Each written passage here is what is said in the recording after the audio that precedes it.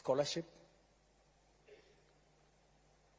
10% they pay,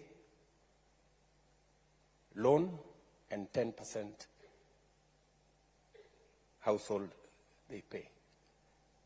These are the three most important because they affect the vulnerable. The others, band 4 and band 5. These are the people whose parents earn up to 70,000 are in band 4, and in band 5, the people whose parents earn beyond 70,000. So,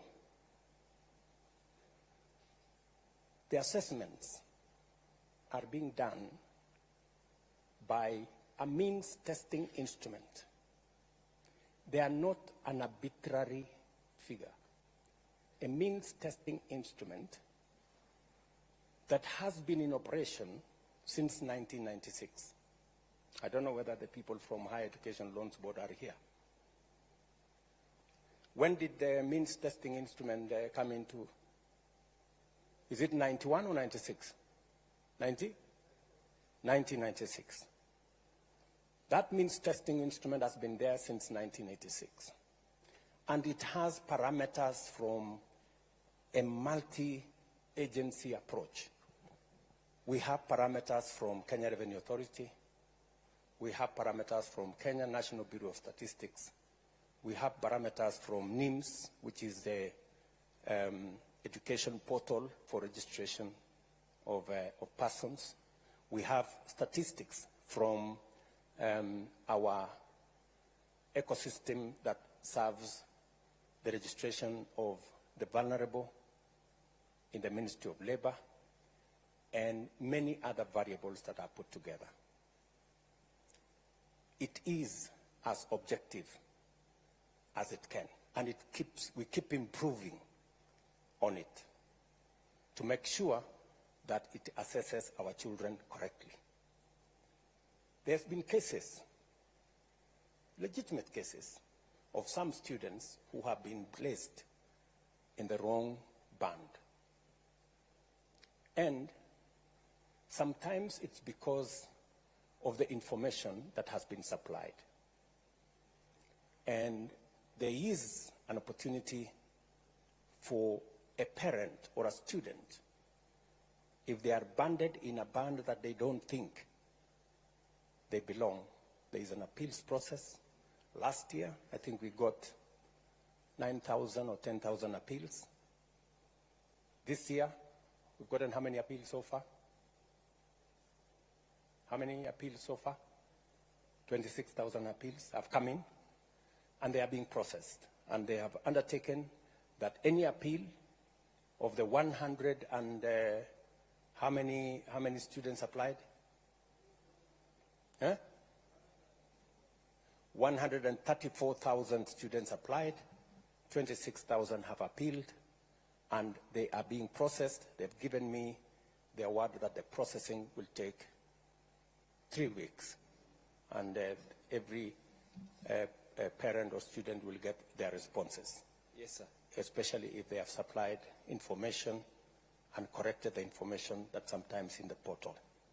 Yes, sir. Some of the time, when students go to a cyber, and sometimes the cyber keys in information that's not correct, we end up with the wrong information, and sometimes we end up with students in the wrong band. But overall,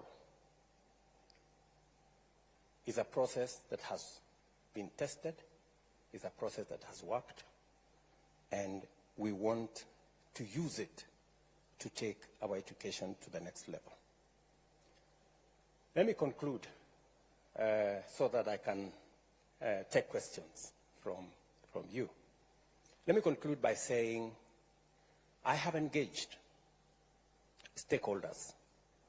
I have had already 3 meetings with vice chancellors because I wanted to get feedback from them as to whether the model is working and whether the model is sustainable. In all the 3 meetings, the vice chancellors and the managers of our universities have confirmed to me that the model is working, and that together, in fact, one vice chancellor told me when he told the people in his ecosystem the model is working, he was told, yeah, it's working for the university because you can now afford to pay your suppliers and salaries, but it's not working for the student and the parent. But then I asked him, if it is working for the university belongs to the students and the parents. Or at least so I think. The other feedback that I have got from the vice chancellors is that we need to do more explaining. The students need to understand it, the parents need to understand it. And that's part of the reason why I decided to have this town hall so that we can have a conversation. I've also engaged students in different fora. They've told me their concerns. They've told me about this loan. They don't want this loan. They want it to be a scholarship. And I have told them the loan is part of what sustains this. If I didn't pay my loan, possibly you couldn't get a chance to learn. So everybody, it's a continuous process.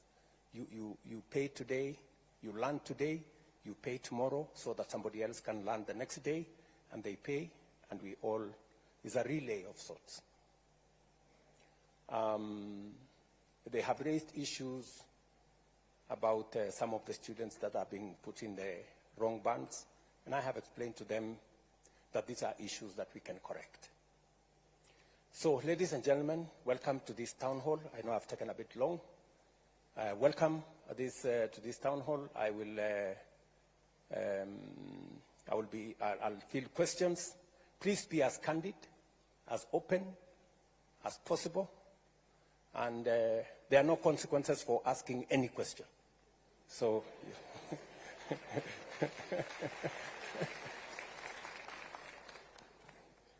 Karibu.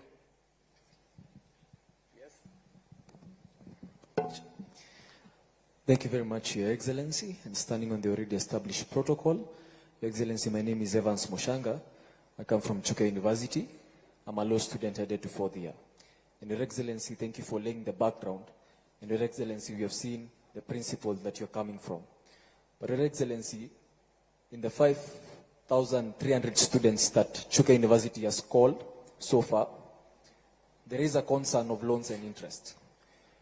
Your Excellency, loans and interest are at the core of this particular model and are at the core of the concern of these particular students. Your Excellency, I was just looking at the statistics, just to be factual in nature, and I was seeing that by 2023, we had around 120,000 defaulters. That's an estimate of 8.5 billion shillings due to these loans and interest. When I was looking at the statistics, in the United States of America, we had a debt crisis of around 1.6 trillion US dollars and 48 million defaulters. So, Your Excellency, the point of concern is, can these loans be made as grants? That's number one, Your Excellency. And why isn't that the case? Because you've already said that you can't make them grants and you can't make them scholarships. So number two, Your Excellency, can we increase the grace period for the repayment of these particular loans? Or number three, Your Excellency, can we reduce the interest at which we pay these particular loans? Your Excellency, that's part of what we discussed in our small baraza, and we hope your indulgence in that particular matter. Thank you so much. Thank you, Mushanga. Maybe I can take another two so that I can answer them. Do we take it from the same side, or maybe we can try another side here?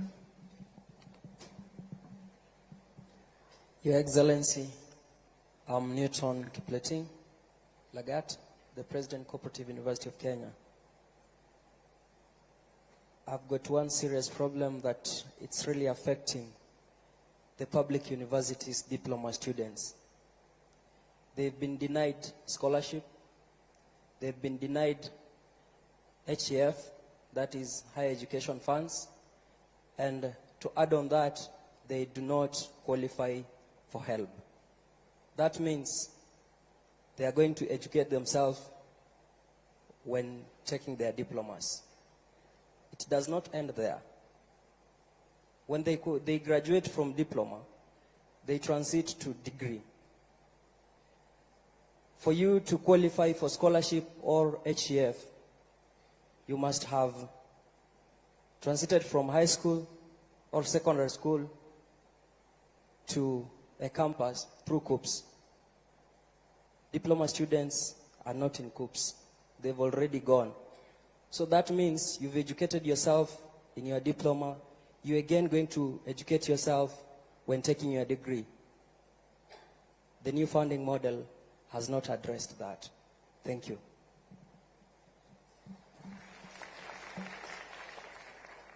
Thank you. Maybe we can take one from this side. A lady for a change, maybe. Thank you. Your Excellency, my name is Mogesi Maroa. I'm a concerned citizen, a youth leader from Kuria, Migori County, and the president of Mount Kenya University Parklands Law Campus. Your Excellency, you've said time and again that this new funding model is student-based. Well, my question is, why is it that students from private universities are only given loans as opposed to scholarships, just like it is in public universities, yet these students are all from taxpayers of this country? Thank you. Final one from here.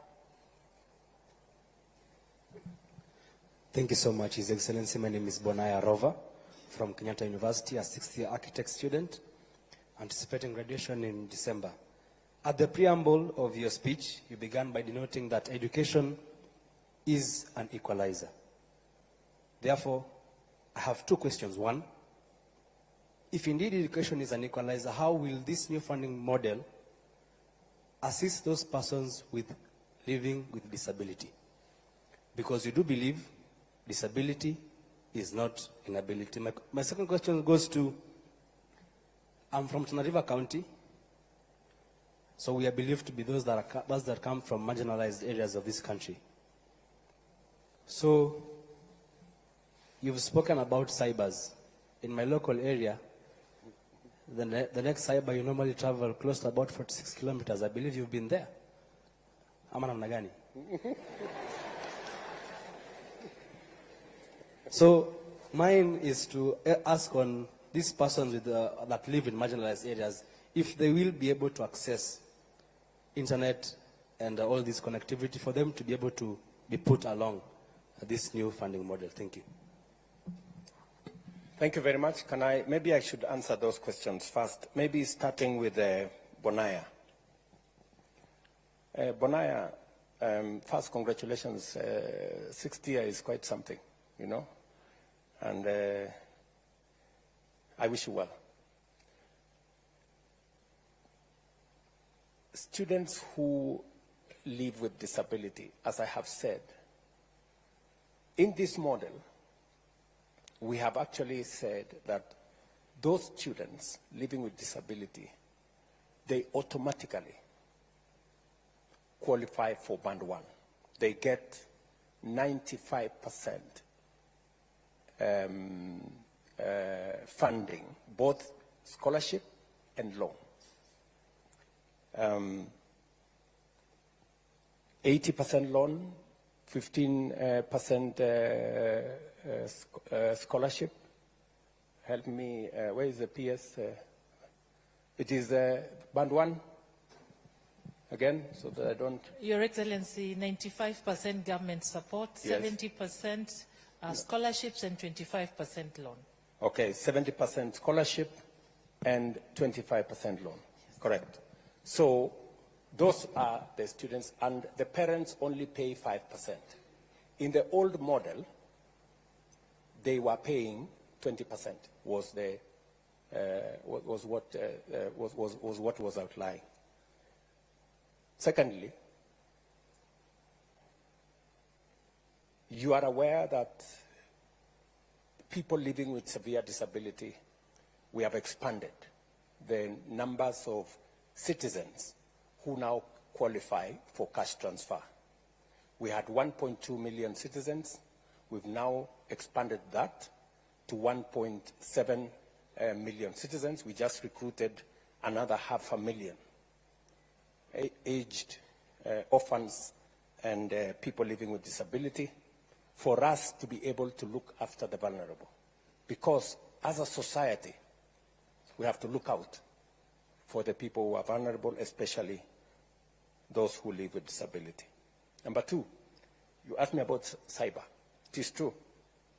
I was in Tana River actually about a month and a half ago. And I can confirm that the distances are far.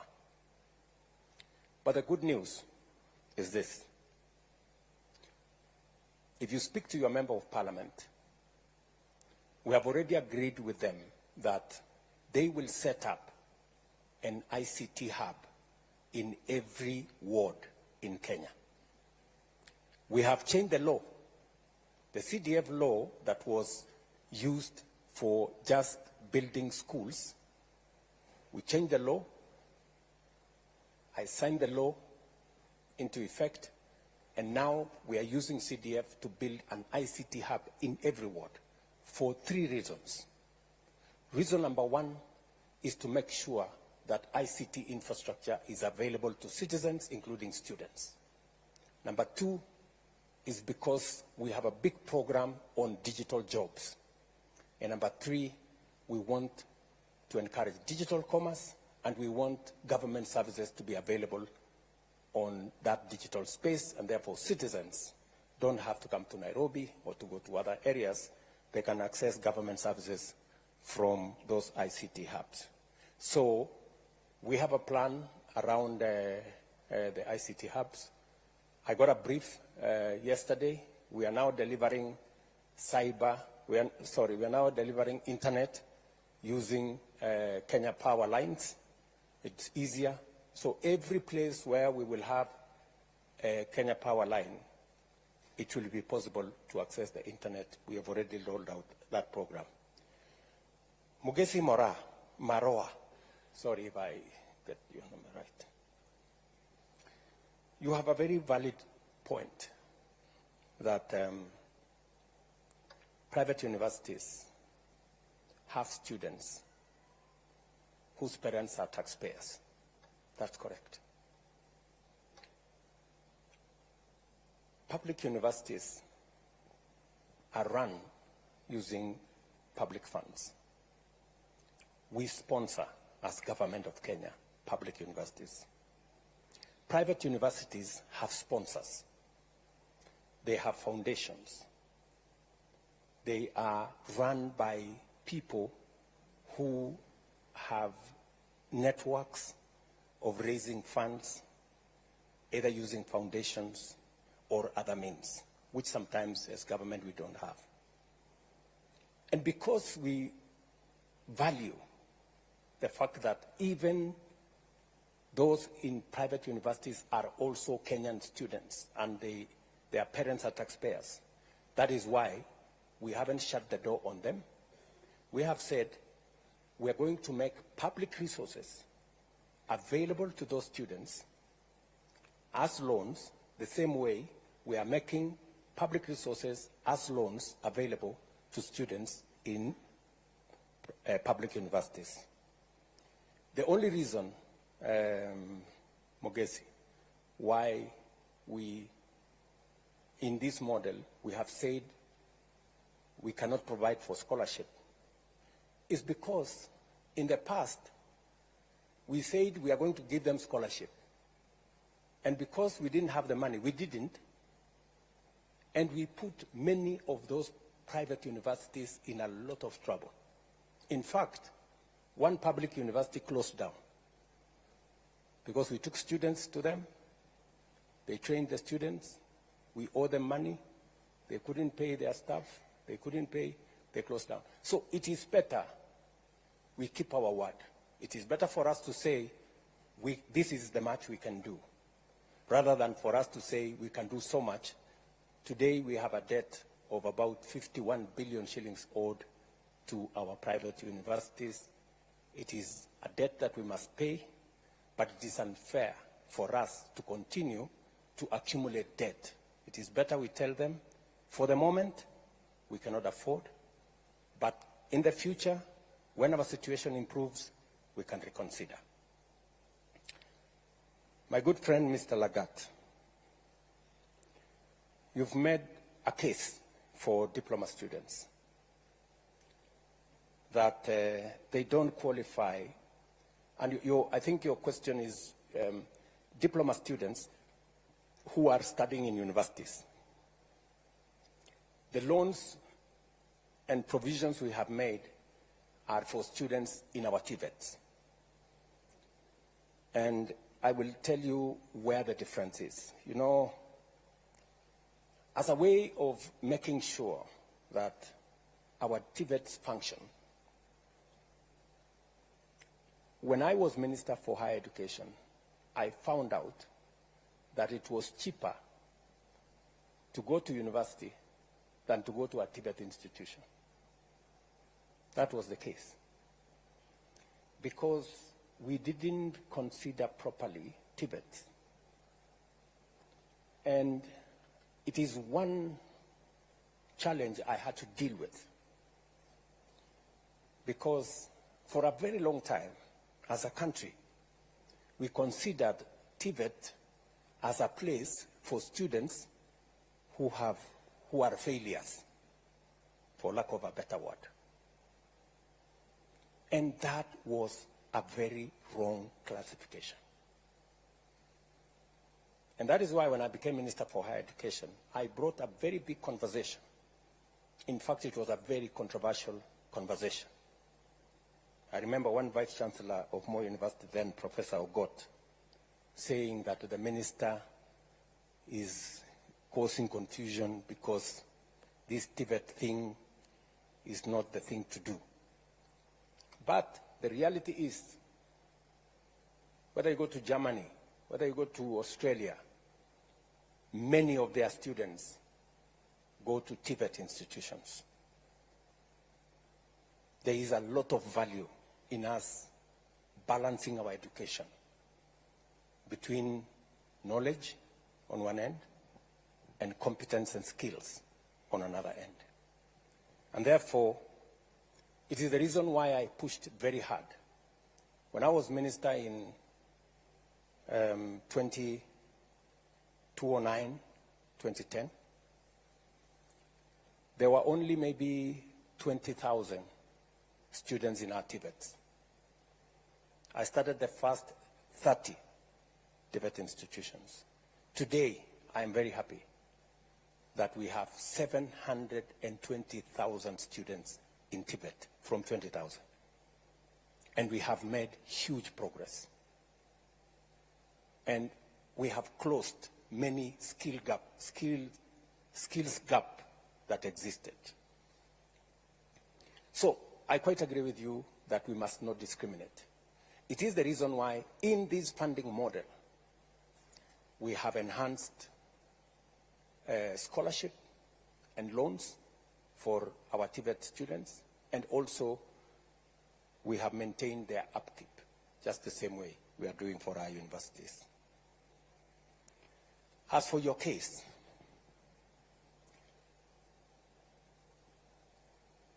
when universities are being considered, they are being considered to provide university degrees. We were trying to discourage universities from also doubling up and doing diploma courses, because there are many institutions now. We have close to 250 TVET institutions that can offer diploma courses.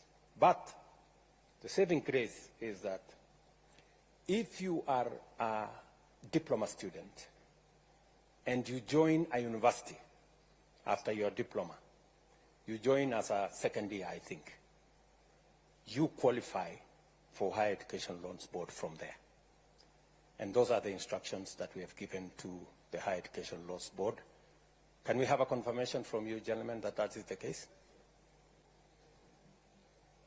I want you to answer that, gentleman. That is the case, Your Excellency. They are funded like any other student. When they join university for degrees.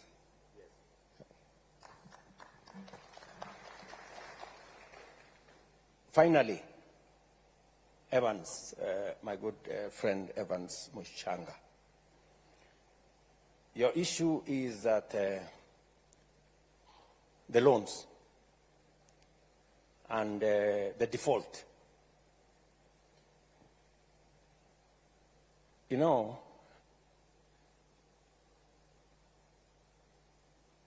the loan issue is not, as I told you earlier, is not a new phenomenon. All of us, I can tell you, any student who has gone through university, unless their parents paid the full fee, they have a loan. And I don't think there is any crime in having a loan. And I don't think there is any crime if you have a loan and you genuinely don't have the money to pay for it.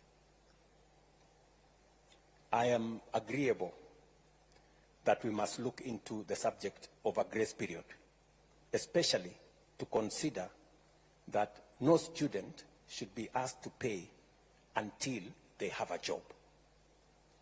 I am agreeable to that. Because you can't ask a person who is tamaking to pay. Because, I mean, you'd just be asking the impossible. I didn't pay myself until I got a job. Nobody followed me. Maybe these people are a lot more aggressive nowadays. So I think the position should be, until we are sure of an income, and we have many ways of finding out an income, whether they are doing a good business, we can collect a lot of information from KRA and all the other agencies, Kenya National Bureau of Statistics. And I will encourage those of us who took a loan from the university, if you can afford to pay, please, let us pay. It's the honorable thing to do so that the next bunch of kids can also access university education. On the interest is calculated by actuarial scientists. It is not meant for government to make money. It is just meant for it to be sustainable. That by the time you're paying, if you had been given 5 shillings, it is still 5 shillings that you pay. I don't know whether that is the correct position. Again, Higher Education Loans Board, you are the people who calculate the interest. Can we lower the interest, or do you want us to take it up? Your Excellency, we did a study in 2015 called the NFAC study. And that study showed that for any 100 bob we are lending out, we are recovering 48 shillings only.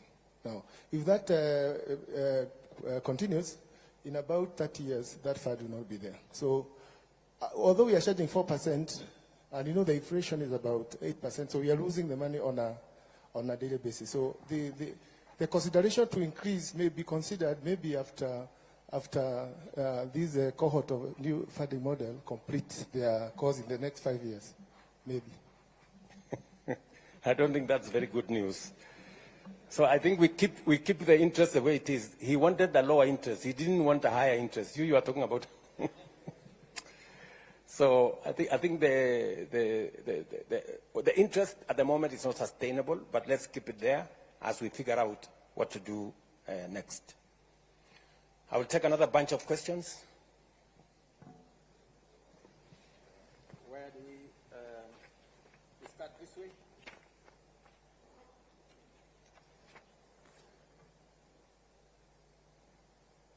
Commander-in-Chief, my name is Felix Ocheng.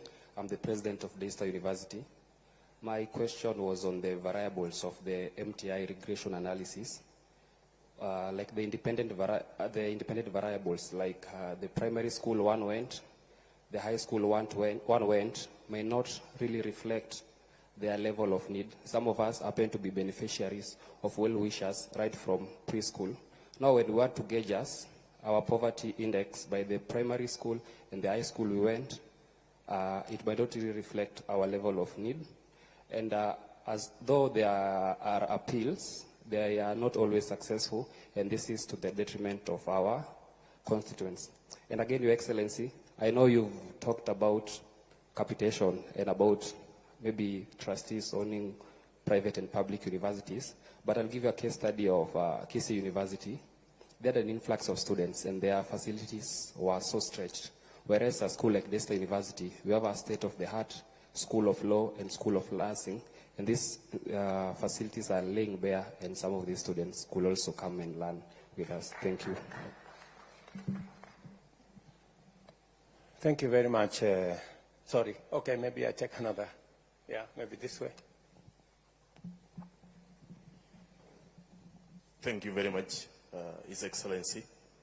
I'm Ongaro Richard from Jaramogi Oginga Odinga University. I have but a question, and in the first case, I want to ask the people from the Health Board. That I'm a 4 years per now, but when we joined, we applied for these loans. And so I'm expected to settle my loan, that is summing to almost 240 plus the interest. I know it can't exceed over 300,000. But today, with the new funding model, how much are these students expected to pay at the end of their 4th year? Another question. You say that the banding began in 1986, but it never sounded like it sounds today. We never knew that these bands existed. Okay, maybe the ideas and the ideologies are good, but the mode of implementation has gone astray.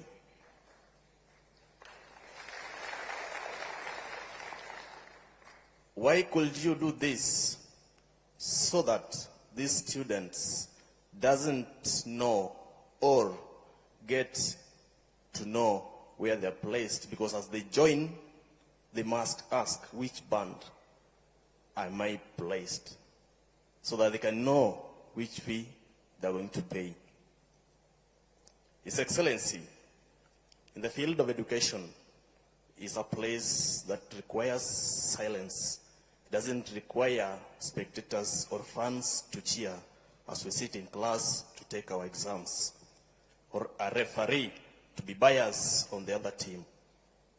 Under the capacity of your office, you are capable of facilitating and capacitating the reconstruction of this new funding model to be work for us. Please do. Thank you.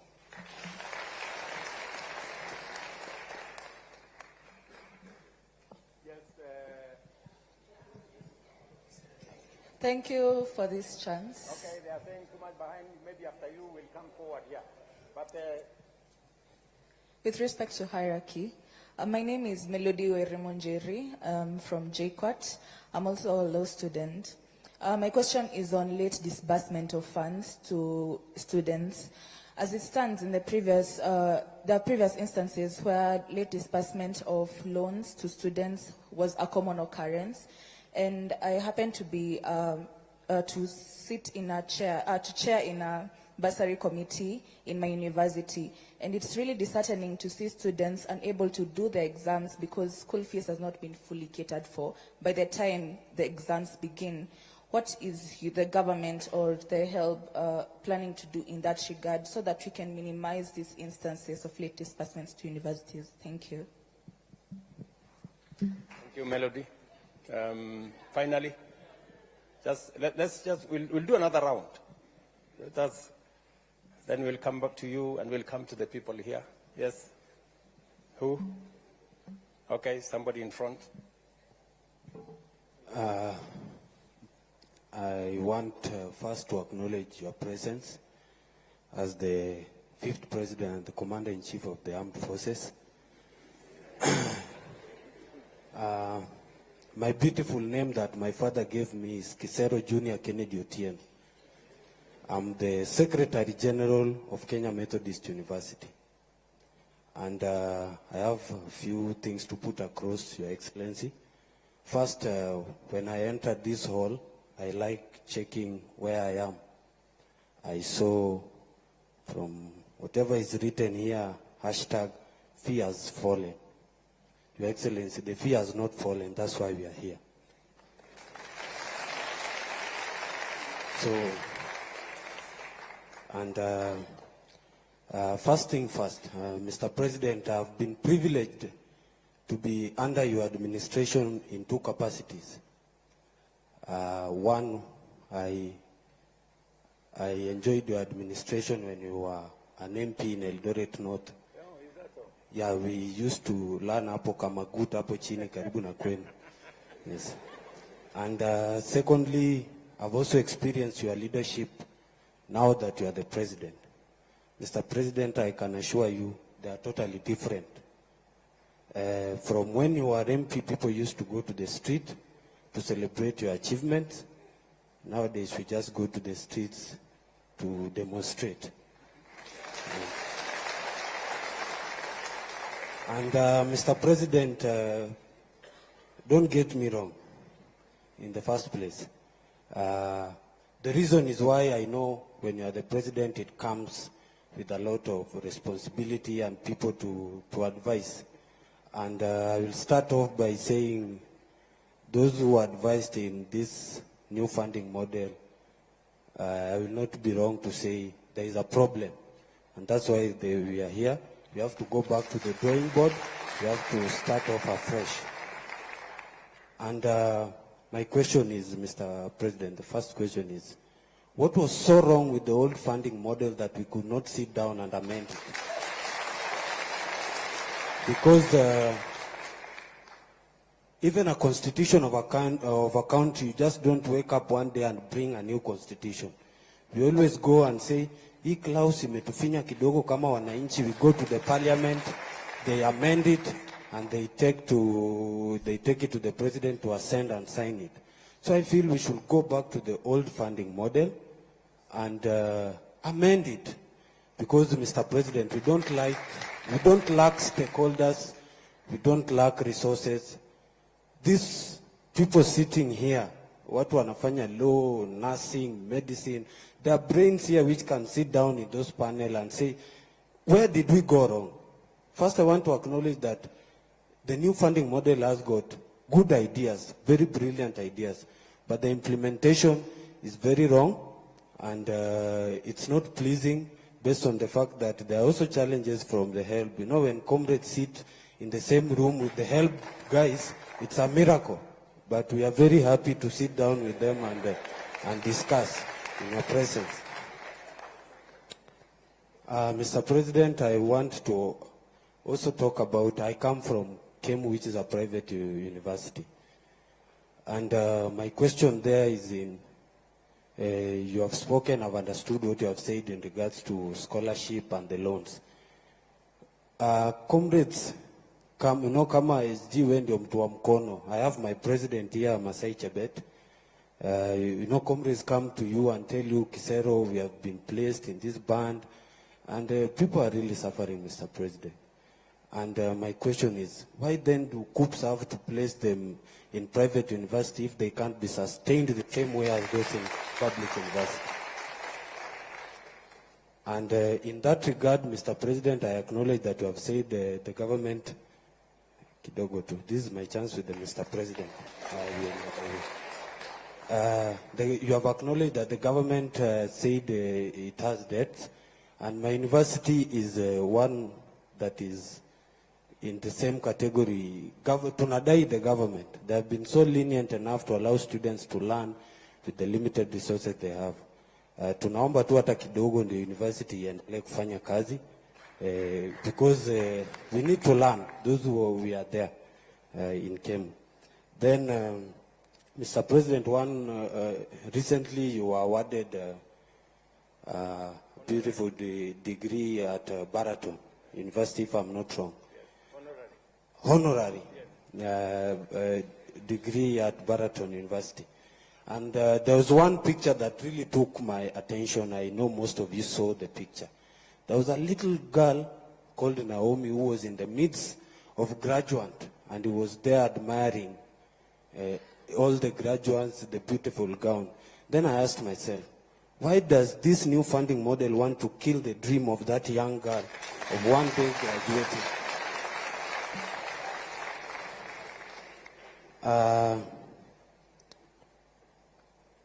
I want to say this, Mr. President.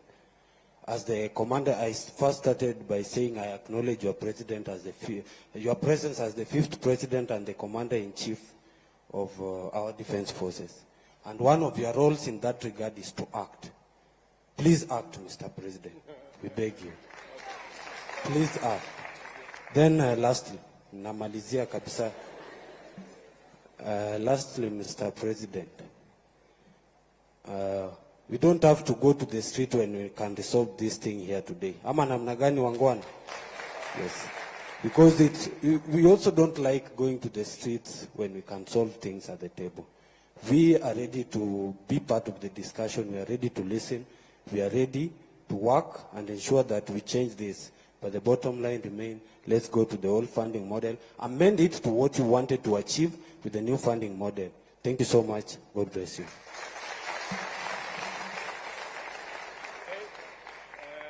Which way? We are finished with here? Let's go here now. I think we are making one round. We started there, we came here, we came there. Okay, so where?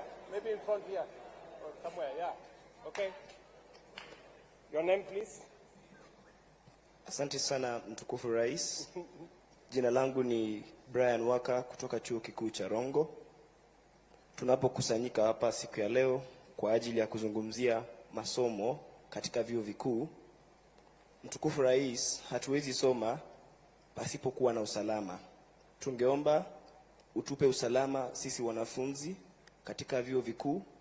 Aghalabu katika kila chuo kikuu tuwe na police bases ambazo zitatusaidia, kwa sababu comrades wanapenda kuona mpira usiku na wangependa wapate usalama.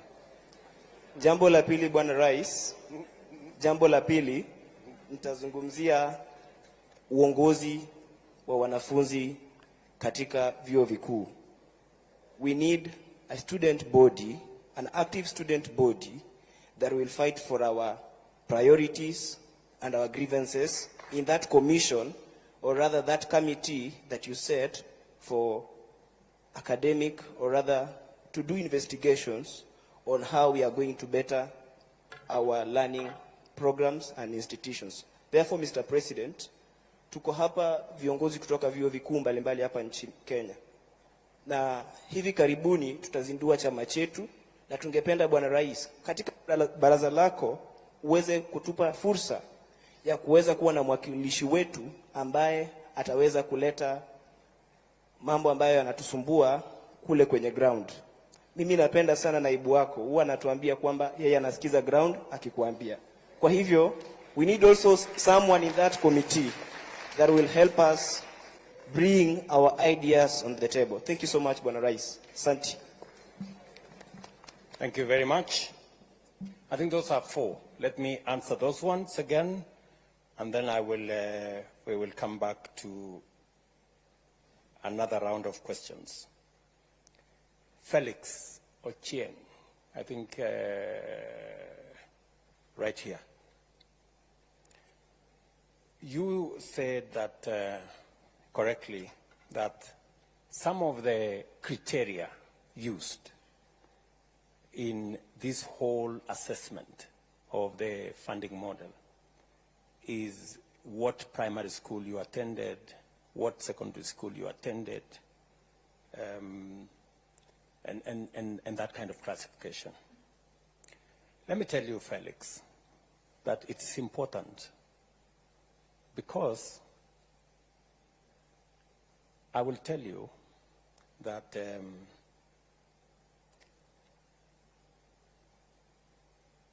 any student who attends a national school has 85% chance of joining a university. In other words, I'm telling you that 85% of all students who go to a national school go to university.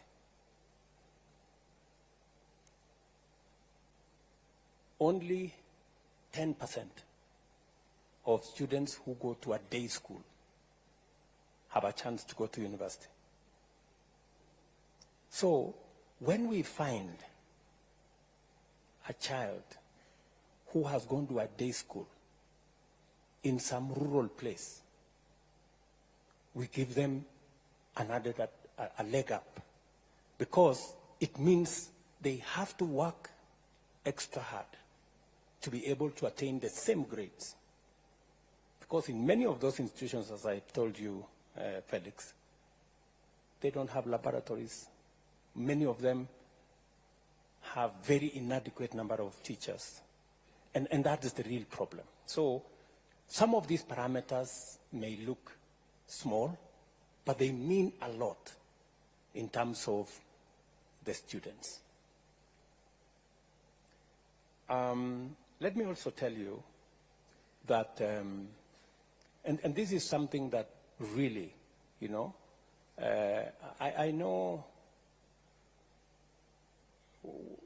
I don't know how to put it, but only 10% of the children of the poor make it to university. It is very serious. It is something that depresses me. Yeah? Because number one, they cannot afford to go to a national school. They cannot afford to go to a private school. Many of them hardly, you know, they end up in a day school somewhere at home. So this is one hell of a conversation we must have. We cannot continue as a nation to have an education system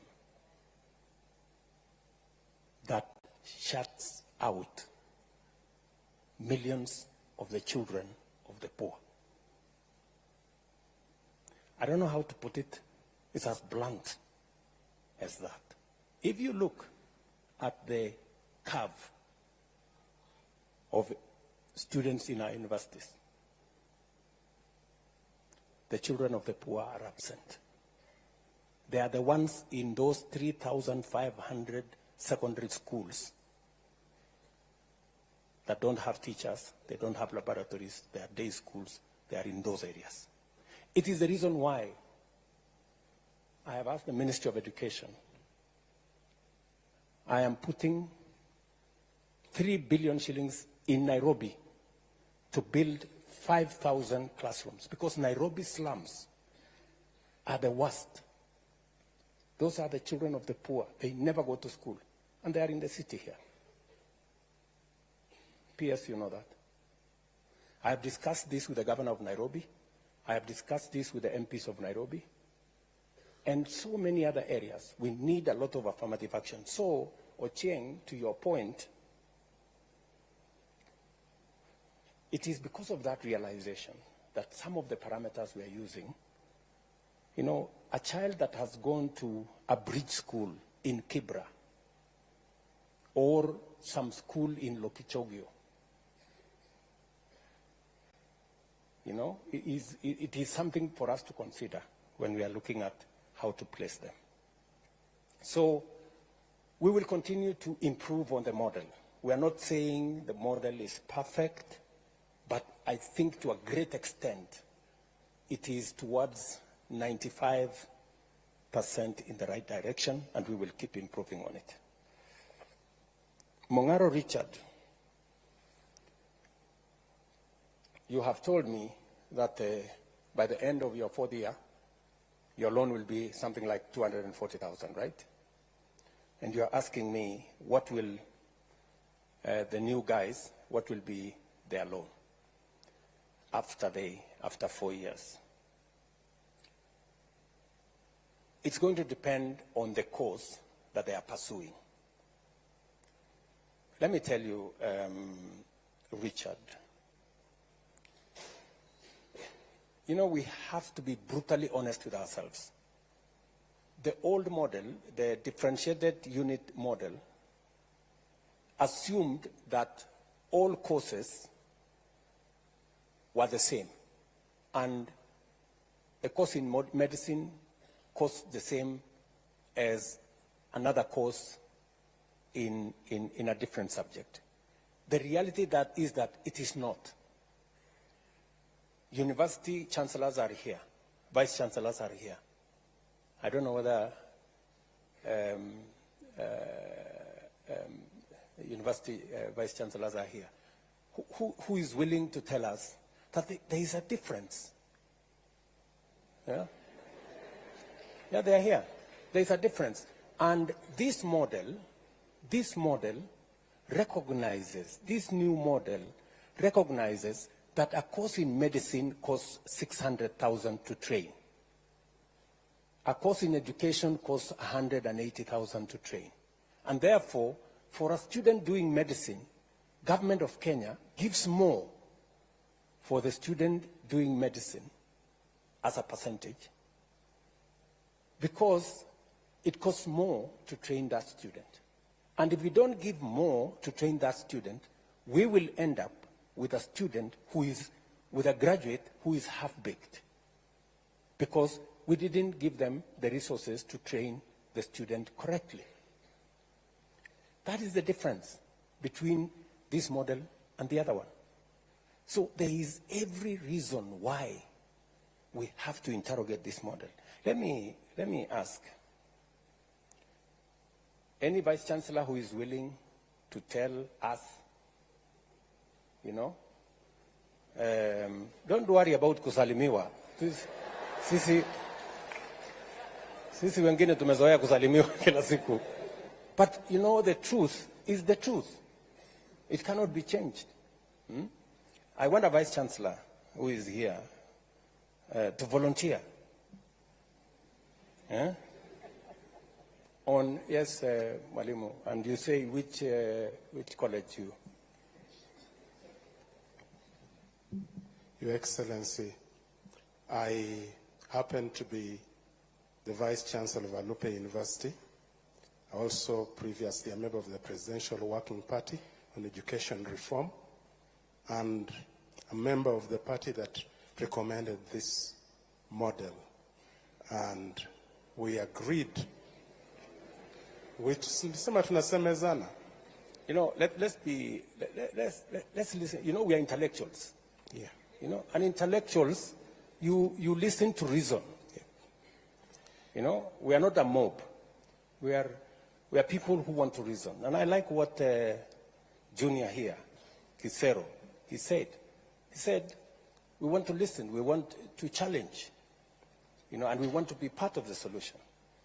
So let us listen. And you can challenge what the professor is saying the same way you are challenging what I'm saying. I mean, it's the right thing for intellectuals. Professor. Your Excellency, I'm going to pick on a course in my university, which we are beginning in September, and that is a Bachelor of Science in Nursing.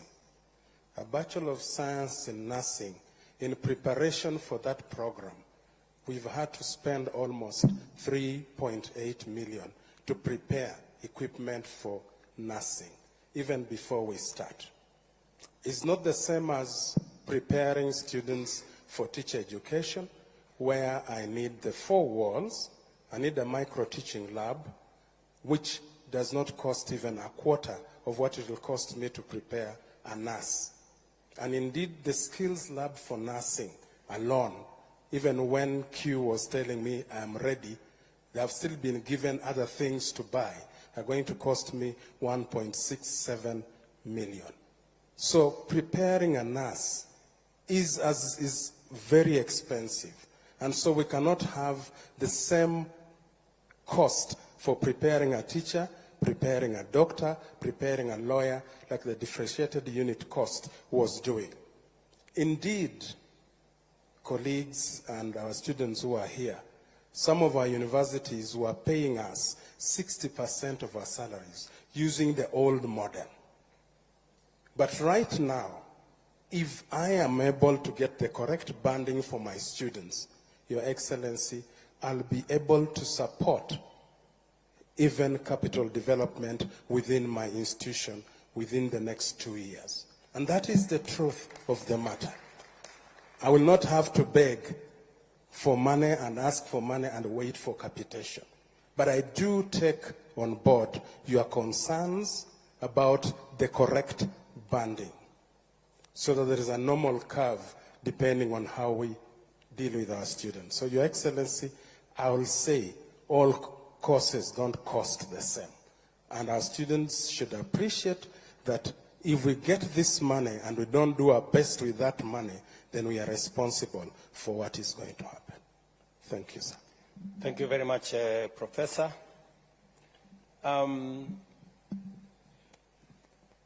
Richard also said maybe there is a problem with the mode of implementation. Maybe there are good ideas, but there is a problem with the mode of implementation.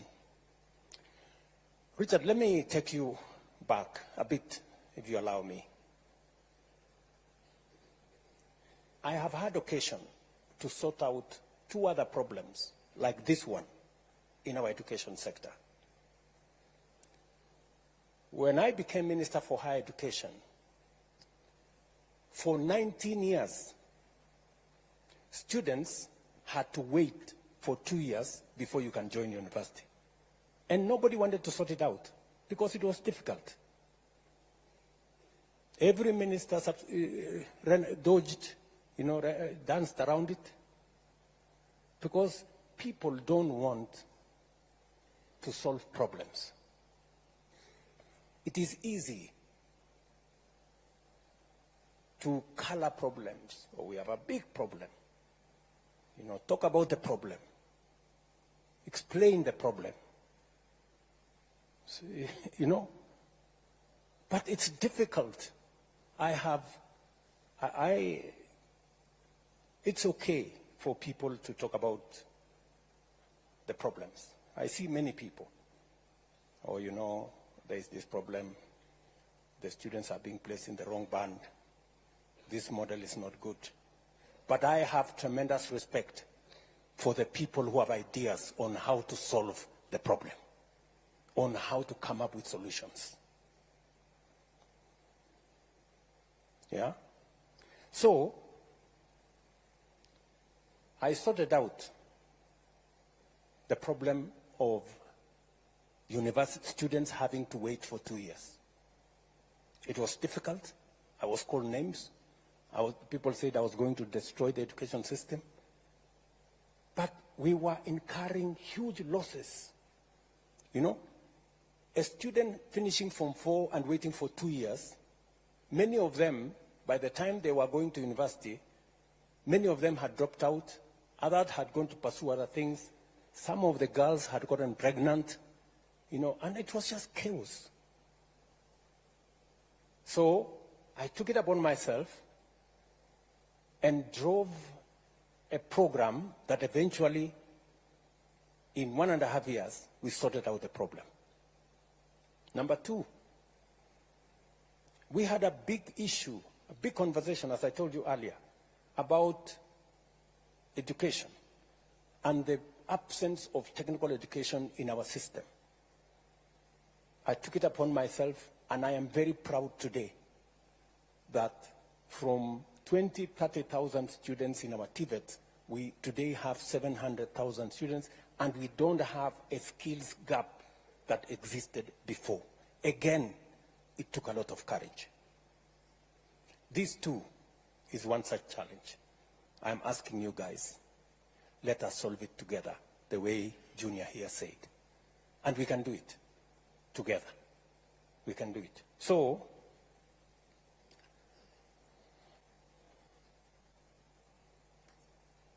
let me combine what, before I come to Melody on lead disbursement, let me go with what Kisero Jr. Otieno said. He said, what was wrong with the old model? Yeah? Number 1. Number 2, why don't we amend the old model? Yeah?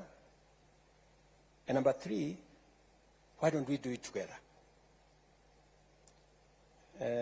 Junior, let me call you that. You're so right. I will tell you what was wrong with the old model. And then I will tell you what we are doing with the new model and how we can do it together. I don't know even whether it is me to say what was wrong with the old model. The old model was almost destroying our education. Because, number one, it assumed that all the courses were the same. Number one. It also assumed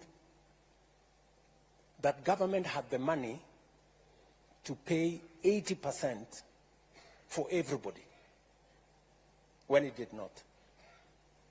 And the results were disastrous. Scott Theological College, a university, closed down because of the old model.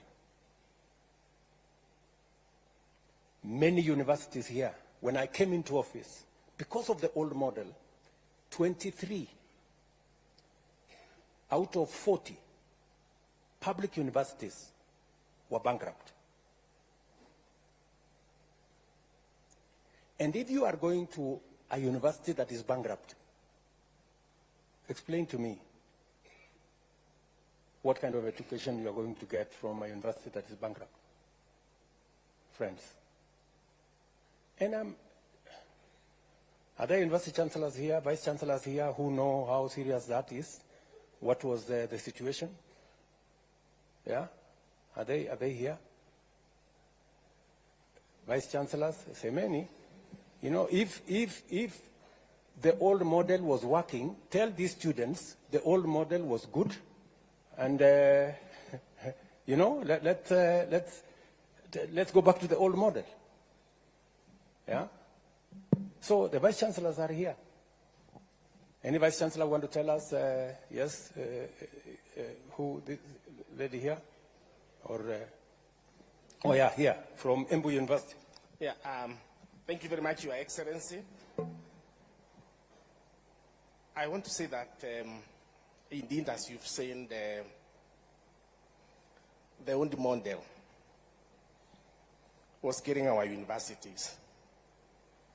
And I stand here on behalf of all the universities because I'm the chairman of the Vice Chancellor's Forum.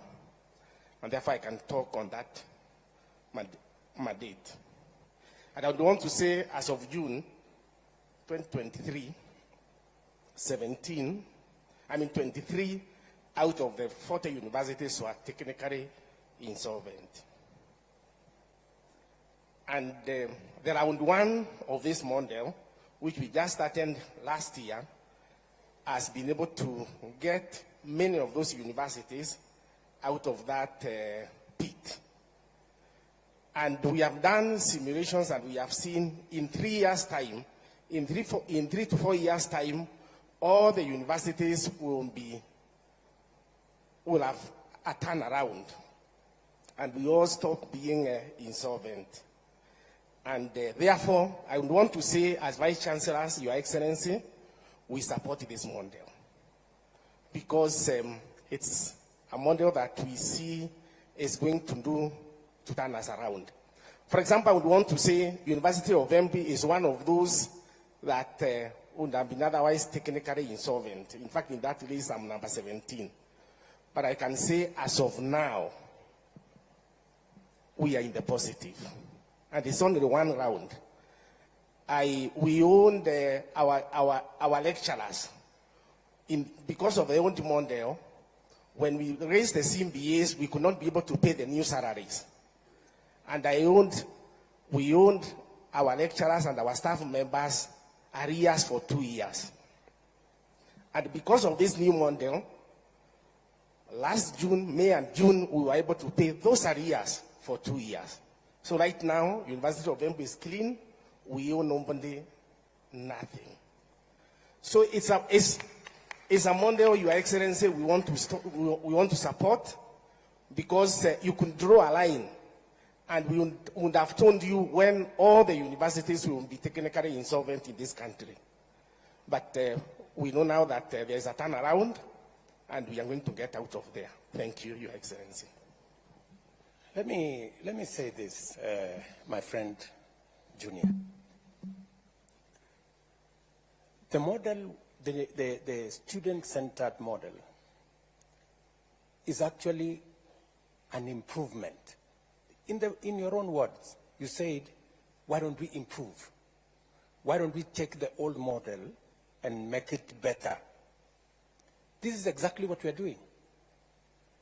The household contribution was there.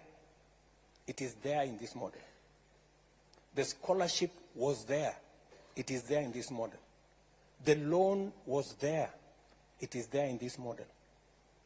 The only difference we are making is that we are looking at how do we make children from vulnerable families, how do we assist them?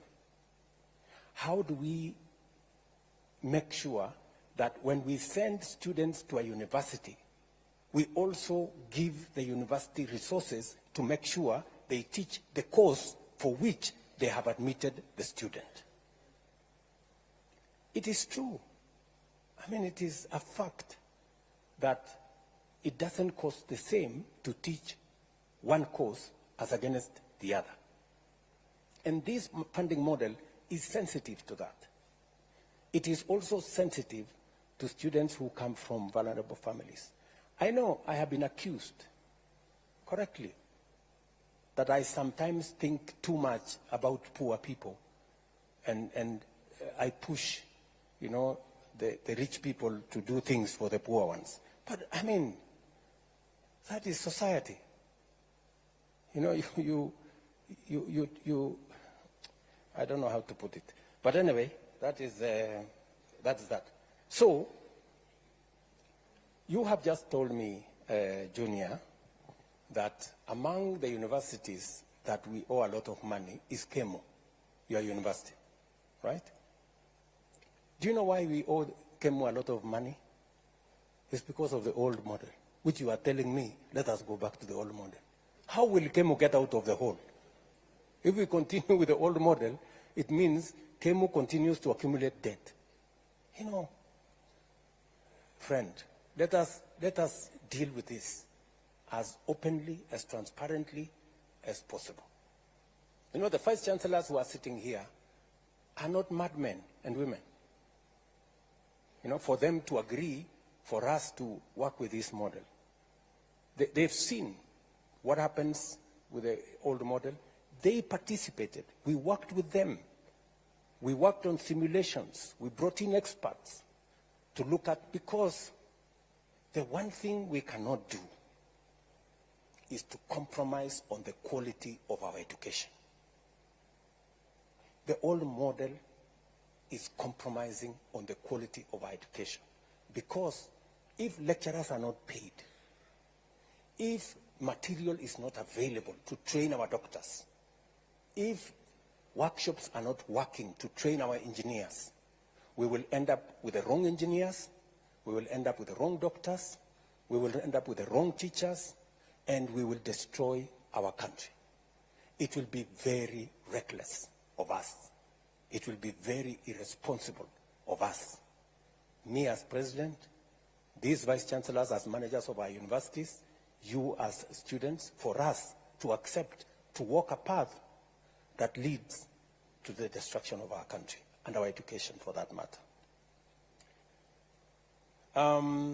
Melody has said, Njeri has said, late disbursement. I agree with you. That is part of what brought us to this very unfortunate situation. The reason why we put together this new funding model is so that we are clear on what our requirements are. And I have made a deliberate decision that I'm going to invest more money in education. Because if we don't get education right, we will get nothing right. Because everything will go wrong. And I don't want to throw money at a problem. I want us to invest money in a plan that is well thought out, because I would have just decided to put money. But you put money in a model that's not working, you don't solve nothing. It is the reason why I invested a lot of time, I brought in a lot of professionals, and I'm willing, just the same way, Junior, you said, bring forward ideas. Let us look at this model again. If there is any improvements we can make, if the student body can come up with improvements, let us subject it to scientific evidence, and let us see how we can improve it. The improvement is what we are doing. We are improving on the model that was to make it better.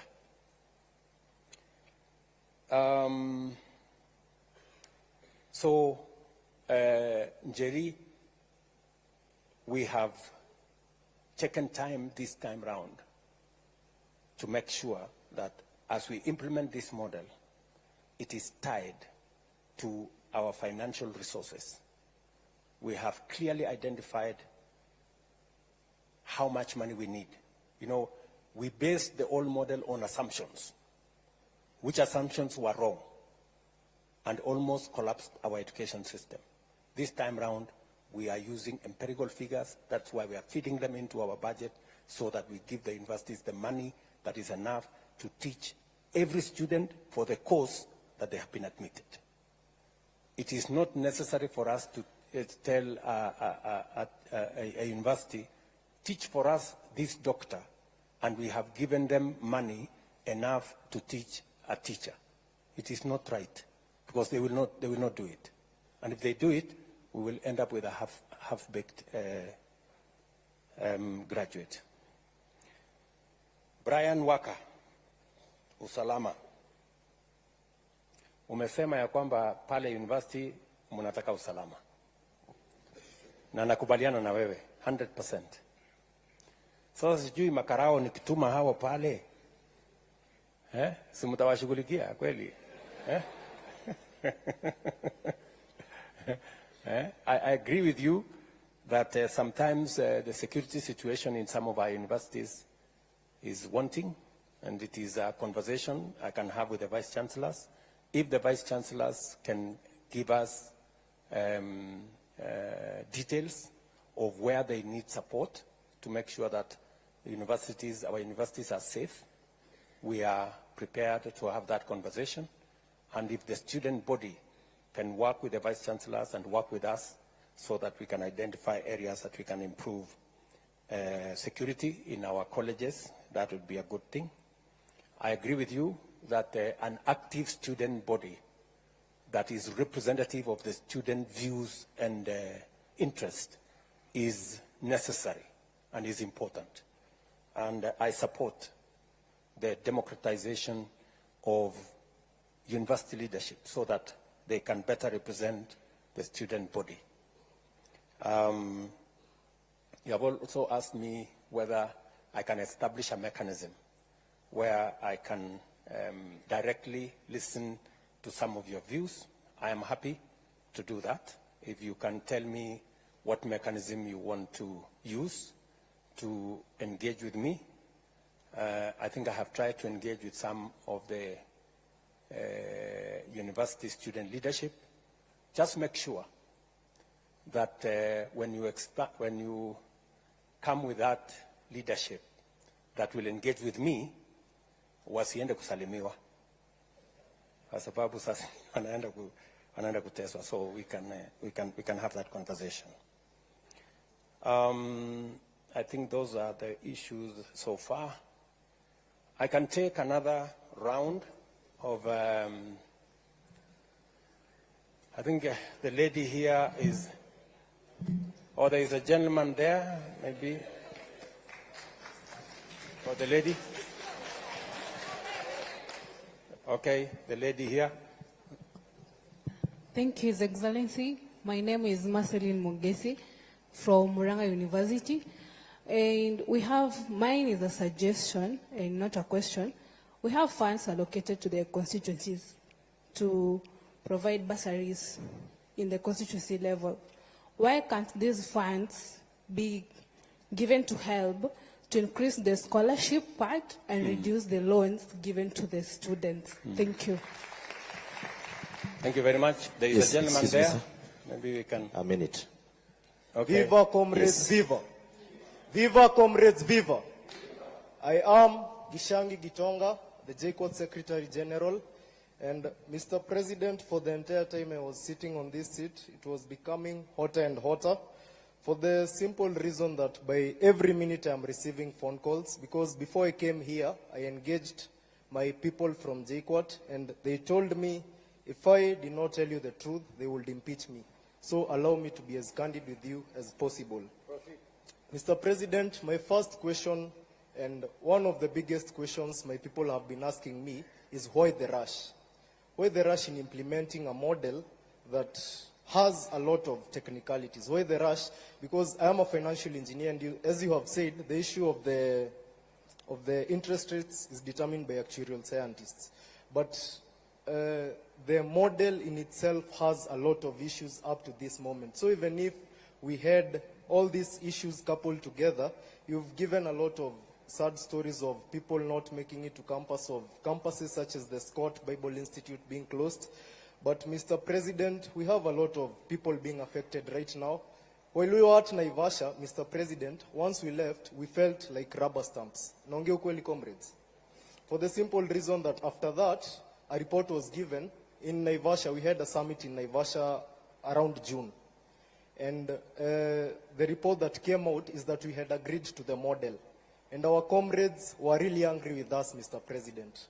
So we felt at that point like we were being set up. Like what we are telling the people is just for formalities. And we have spoken in a lot of forums, Mr. President, but I believe you have already noticed that people are not clapping much to even the best of points, because there's a general there's a general exhaustion among the people, because we are usually given a lot of promises. We will come to forums such as this, but we know that very little of it will be implemented. And Mr. President, we also know that corruption is the biggest public expenditure. And before you came into office, there were people you came into office with who had corruption scandals. But once they got into office, they became suddenly people of integrity. And Mr. President, in as much as we are discussing education, we know that the help decries of you've even told us, and it's also something I take issue with. While we were with you at State House, you told us that the debt was around 70 billion, or there was a time you told us 70 billion. A time came you told us private universities have 51 billion. And today you said 180 billion. And as a financial engineer, I'm finding it a little bit hard to reconcile all these figures, Mr. President. So you could also state it a bit more clearly over that. But the HELB and the PS of Education has told us severally that the public institutions had debts and all such kinds of stuff. But we have seen exposés on Twitter, exposés by the Auditor General, telling us that a chair somewhere cost 3.3 million, Mr. President. I will not rush to criticize anything of the sort, but you know that corruption is a big expenditure in this country. What is your administration doing to ensure that corruption ends in public institutions? Mr. President, you are using 9 beaters to classify people. Once again, I'm a financial engineer, and I take keen interest in numbers. You use 9 factors to classify people. Now, explain this to me. We have a parent earning 25,000 shillings, and the firstborn has made it to JCOT to do financial engineering. But this family has 7 people.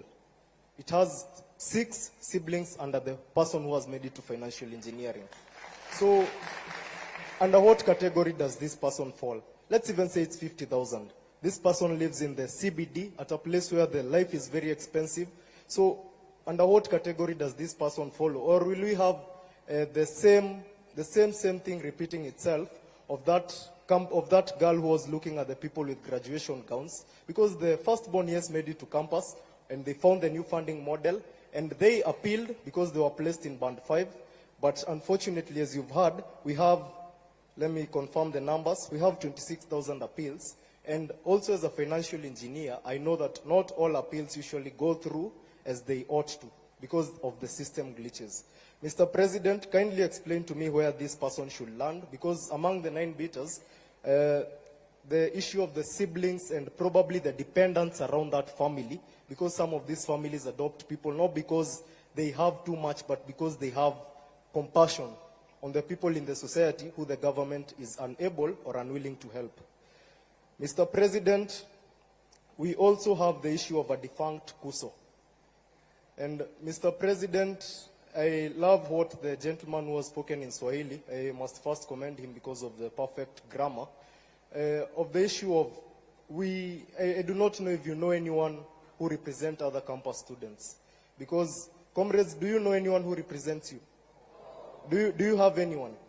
So, Mr. President, I would like to urge you to probably constitute something that will even be recognized by the government, because as students we have been crying, as student leaders we have been crying for a very long time of people who are there to just by themselves cars, Mr. President, people who are there not to represent our will, who are there not to represent our will, but their own, people who are there for their own stomachs. And these are the people who you are striking against. Mr. President, people in this room are angry because of 2 people. One, it is you. I've told you I'll be impeached if I do not tell you the truth. My constituents told me that they feel, and I will put this as respectfully as possible, that you advise your advisors. Because of the issues, for example, let's say the issue of the new funding model. Mr. President, the only person who has explained the new funding model in the best way is you. So my constituents were asking me, as in, shouldn't the people in charge of that ministry be able to put it better than the president himself? The other person that the comrades are very angry with is in this room, seated somewhere in front, Mr. President, somebody who has been claiming to represent our interests. But, comrades, does that person represent your interests? Does that person represent your interests? So, Mr. President, if anyone comes to you claiming, Mr. President,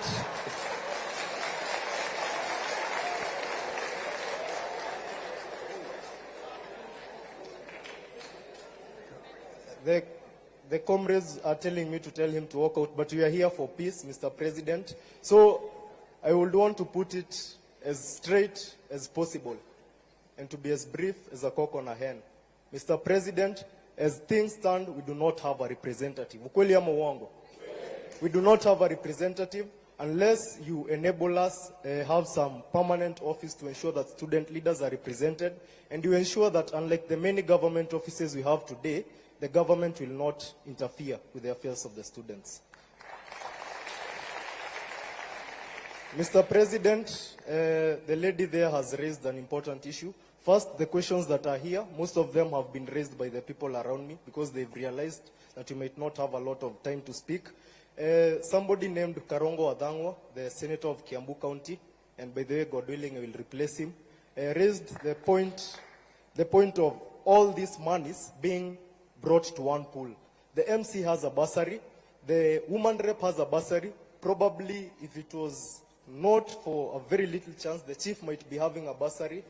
Mr. President, the entire structure that represents us, and by the way, we also feel overrepresented as Kenyans, and that is one of the reasons we are demonstrating, Mr. President. We have 22 CSS, we have CASs, we have permanent secretaries, and all these people have budgets and they have salaries, but I'll put that aside, Mr. President. So these people have bursaries. And then to get a bursary, you must know somebody in the country that we live in. You've said that you feel for the poor. You've said that you are blamed for feeling for the poor, and somebody opined that we are all politicians and we all got elected through public relations. So, Mr. President, if you really feel for the poor, kindly address that issue. We have been with you in several forums, and you've said that you are not afraid to bite the bullet, to take the bull by its horns. Mr. President, the MPs will disturb you. Just a minute. I've been sent by a lot of people. You have cut my time a lot of time. So, Mr. President, these MPs will bring a lot of issues. Somebody said that once you remove the CDF, people will not be vying for these positions because they go there for their stomachs. Ukweli ama uongo? Mr. President, kindly consider that because that will be a legacy. And actually, if you are able to do that, Mr. President, in 2027, I will personally have no issue electing you. So, Mr. President, address that issue. And finally, Mr. President, I feel like there are a lot of discrepancies in what in the numbers that you are being given. For example, you've said that the professor from Alupe, who proposed the new funding model, has spoken about the person doing teaching, the other one doing law, the other one doing medicine, paying the same fee. But we are student leaders here and we are students. Is that the truth? No. Under the differentiated unit costing, does a teacher pay the same amount as a doctor? So, Mr. President, we kindly ask that such small things be reconciled because these are the things that make people strike. Probably in Naivasha, the HELB did a lot of good work, but as I said in the newspaper yesterday, the Daily Nation, you could go through it. I said that you might be doing a lot of good work, but your communication team is very bad. So, Mr. President, for the little good work that you do, ensure that you know. And last but not least, there are students who defer, and also help me on this issue. We have students who deferred in 2022, but they have come back right now. I feel that it will be very unfair for these students to be classified under the new funding model, Mr. President. And they are a lot. And they have sent me with their cries, Mr. President. So I stand here as a representative of my people. Kindly address those concerns. Thank you. Thank you. We have taken already two from this side. Let's take, I think the final two from there, and then from here.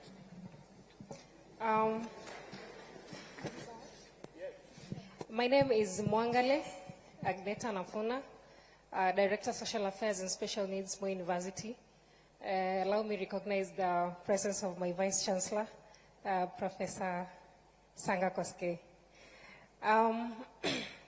One major issue that is really disturbing me while sitting on that seat is that we all know that in this country we have a bigger number of people who are poor.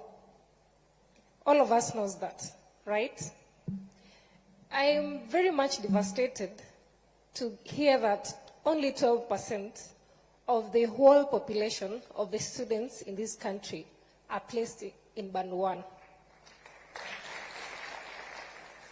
If we really, Your Excellency, can do something about this, we can appreciate, because there is no point of giving 12% of the whole population to Band 1 and expect that the other people will just have to appeal.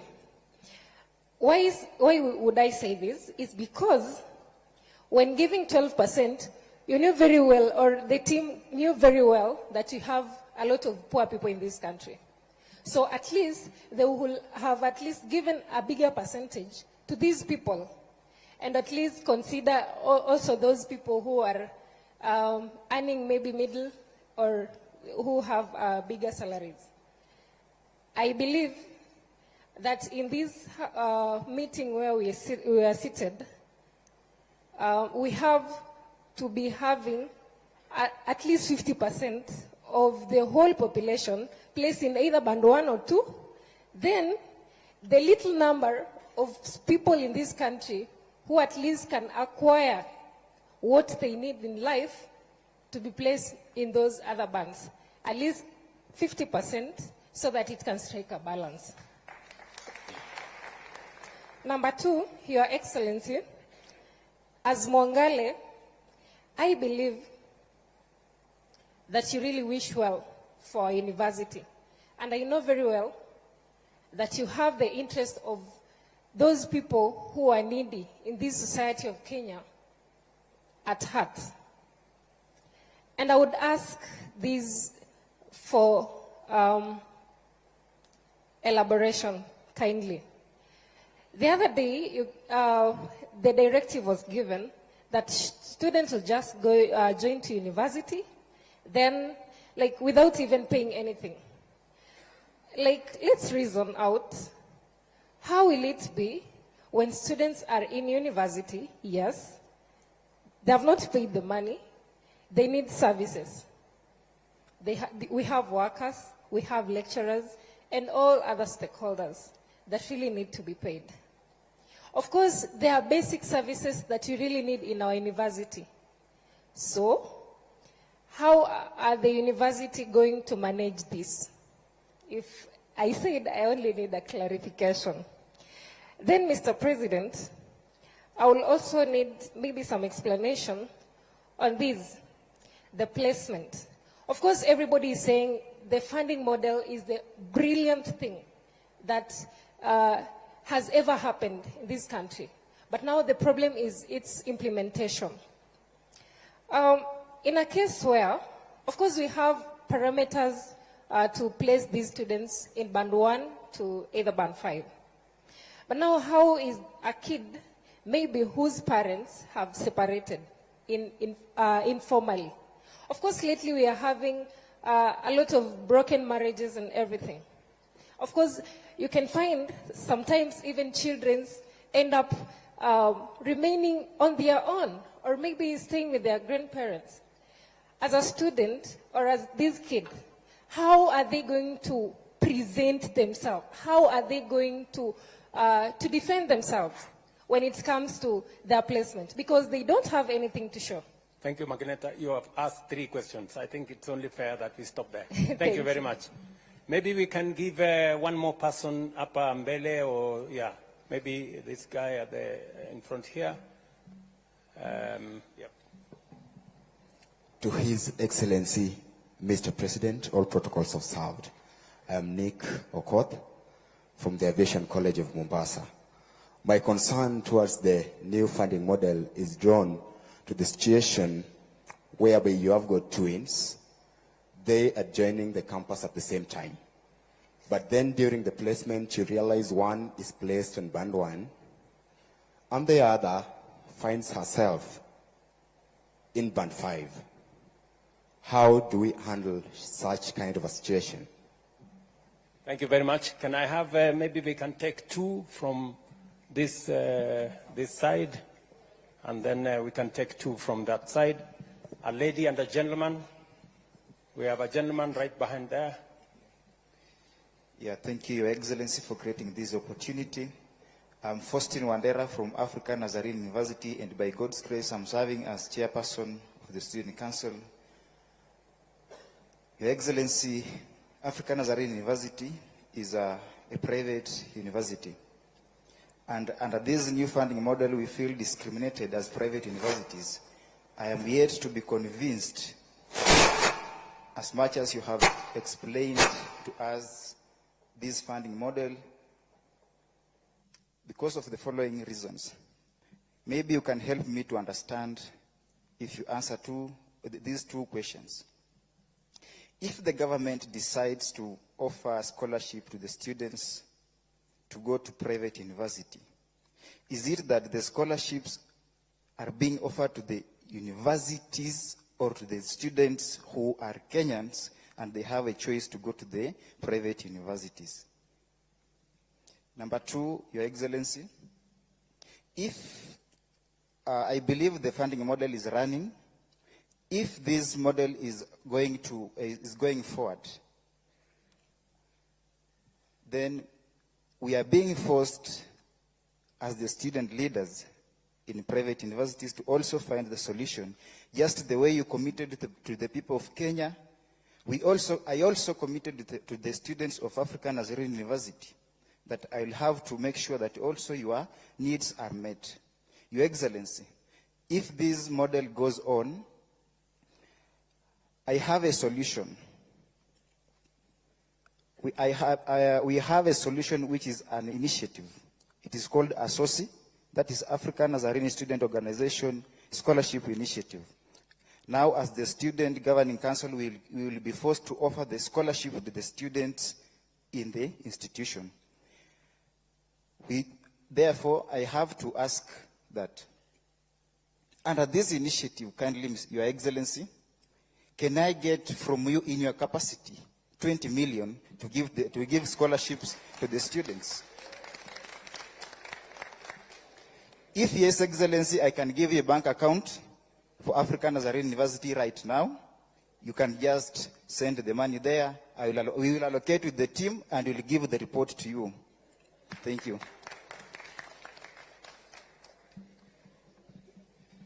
A lady this time round. Let's get a lady.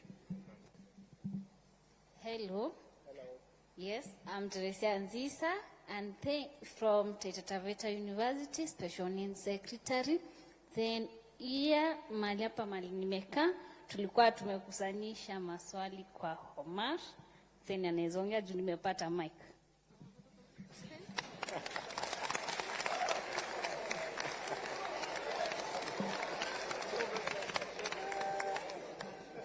Comrades, wisdom. Comrades, power. Comrades, viva. Vice Chancellors, hi. Your Excellency, I have a few concerns concerning the new funding model and a few things related to the university, higher education funding. And I'll start right away by talking about the students who do the intra-school transfer. You know, once comrades, the Form 4s, or a student is done with the Form 4 education and therefore the COOPS portal is open for application of the courses and the universities, they are not aware of which courses.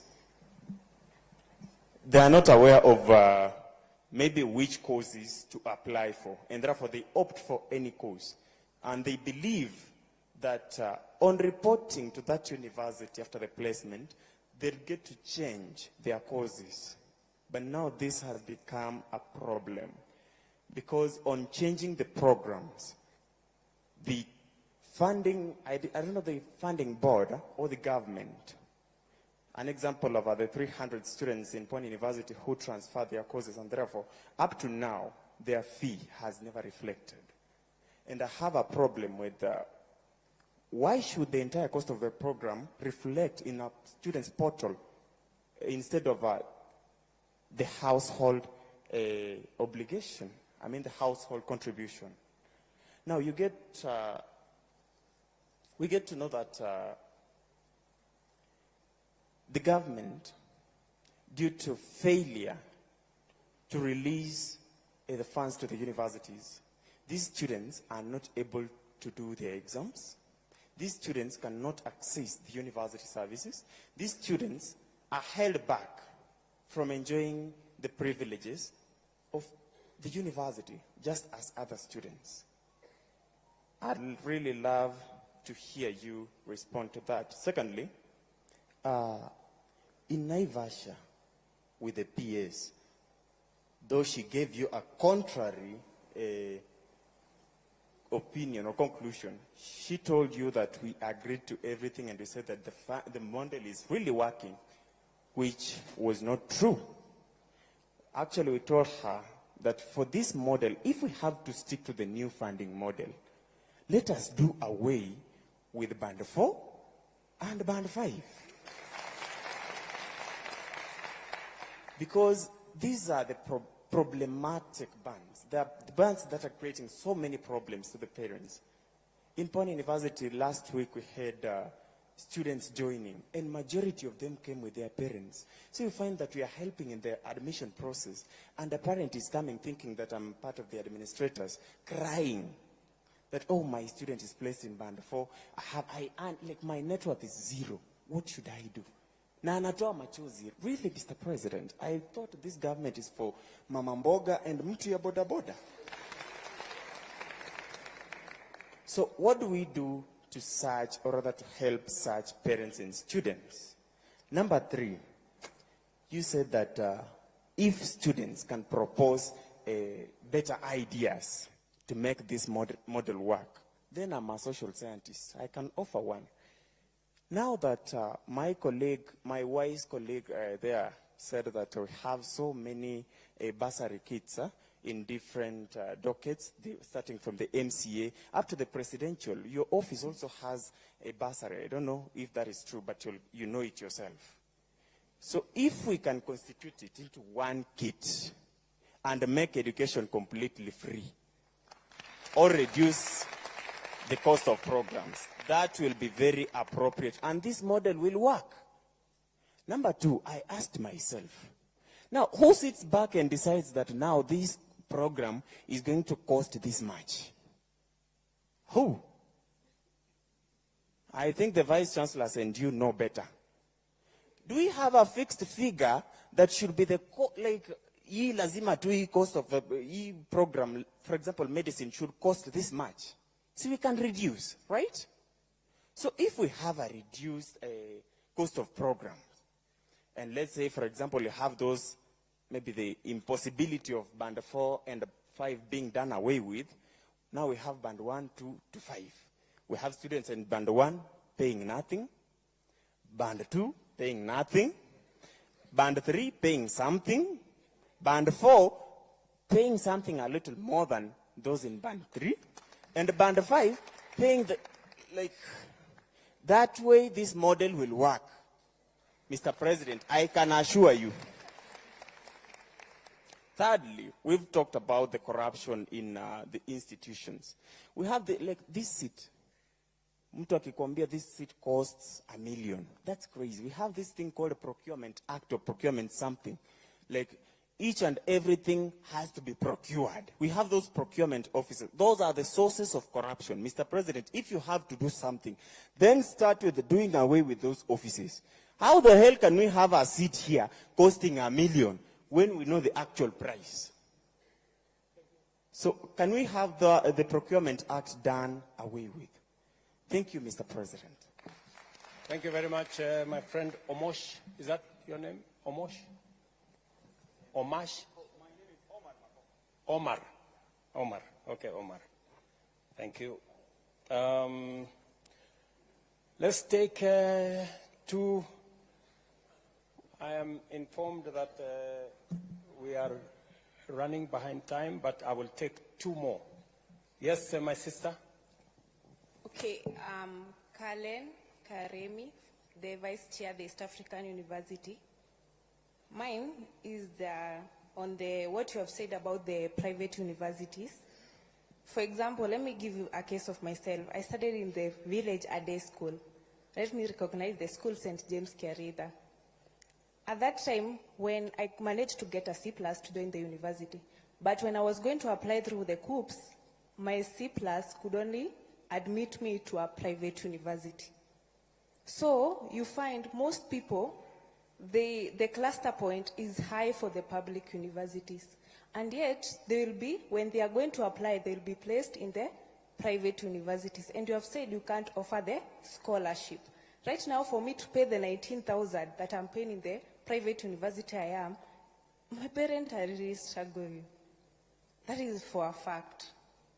What if that parent of that student in the same case as mine, who is in a day school, is going to pay the same 80,000, 90,000? With that student manage, that the student can't manage because the cluster point for the public university are that high. So what are you going to do about the cluster point? And then I'll go to question on the burden. We say, for example, a Maasai who stays at Narok. That person owns 100 cows. When I'm going to apply for that as where I studied in a day school, I'll be placed in band 1. And 100, you sell that cow for 50,000. The net worth of that person is 5 million. And that person will be placed in band 1. Reason being, the person is from the Maasai. They are known for those people who doesn't have, sorry to say that. Sorry to say that. And yet, when that person doesn't have a KRA to feel about the parent when applying for the help or whatever, And yet that person net worth is 5 million.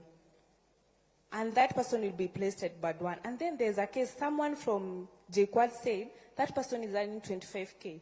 Are we fair on that? Yes, that is my question. On the cluster point and the... Thank you. Thank you, Karemi. I think we give this chance to a gentleman.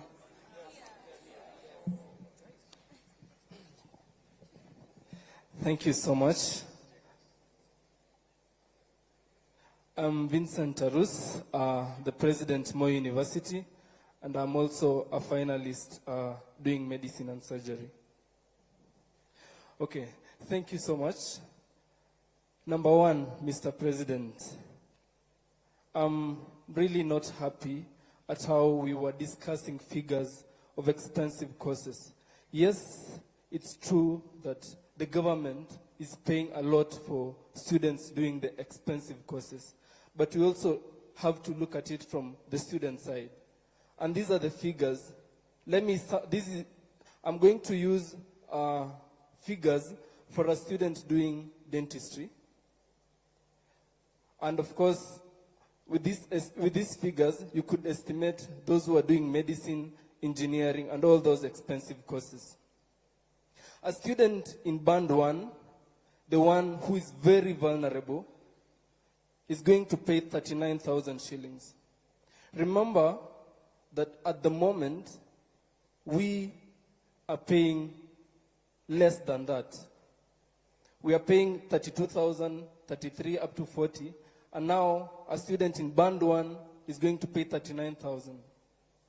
My cue, the conception of the new funding model is on the basis of assisting the poor.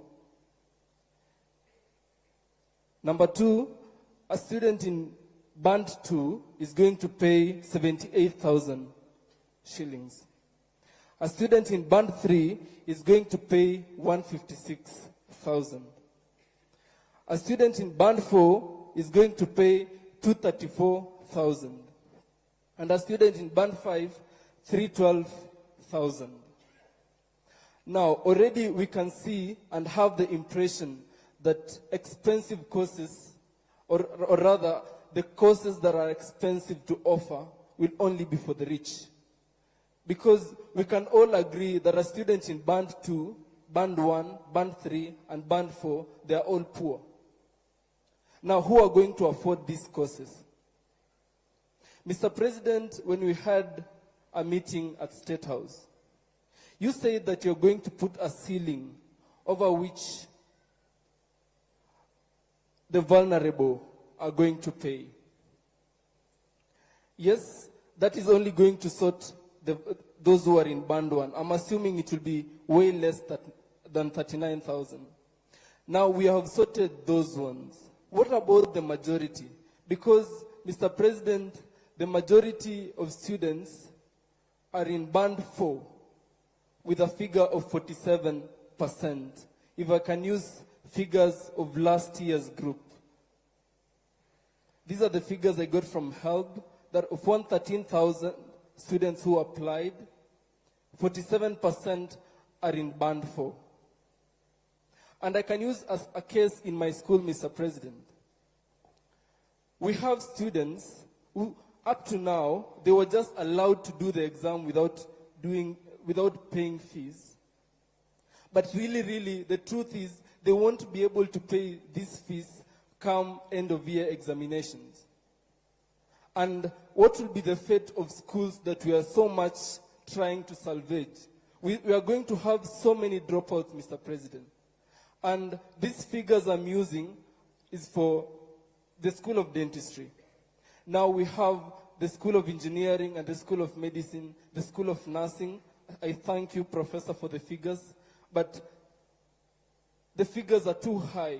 And this dream is only going to be for the rich. Now, Mr. President, because we value consultation, I'm going to propose an affirmative action that we have to scrap off the idea that these courses are for the rich. If these courses were for the rich, Mr. President, I don't think you'll be standing there where you are right now. And I don't think all these dignitaries will be seated there where they are right now if these courses were for the rich.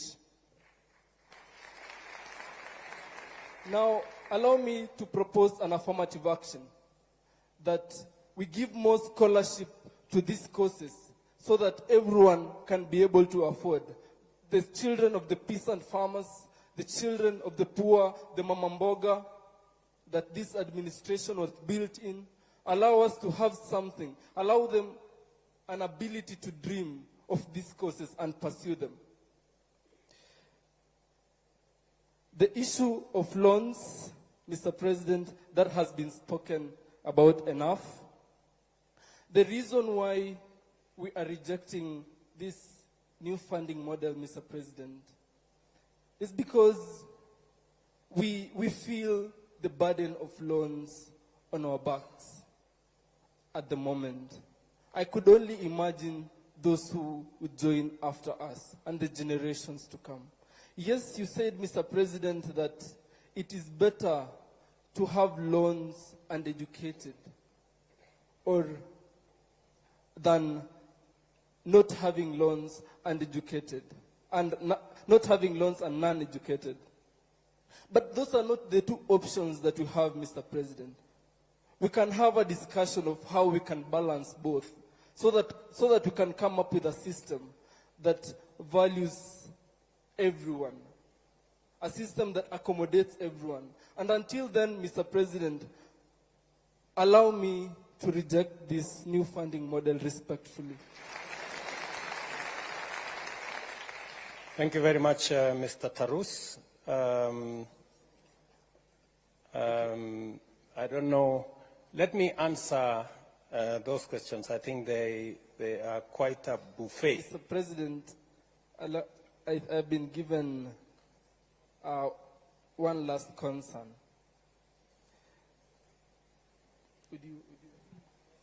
Okay, it reads, yes. Please, okay, the issue of student independence and admin stepping on student leaders. I think this is addressed to all our vice chancellors, the management of our schools.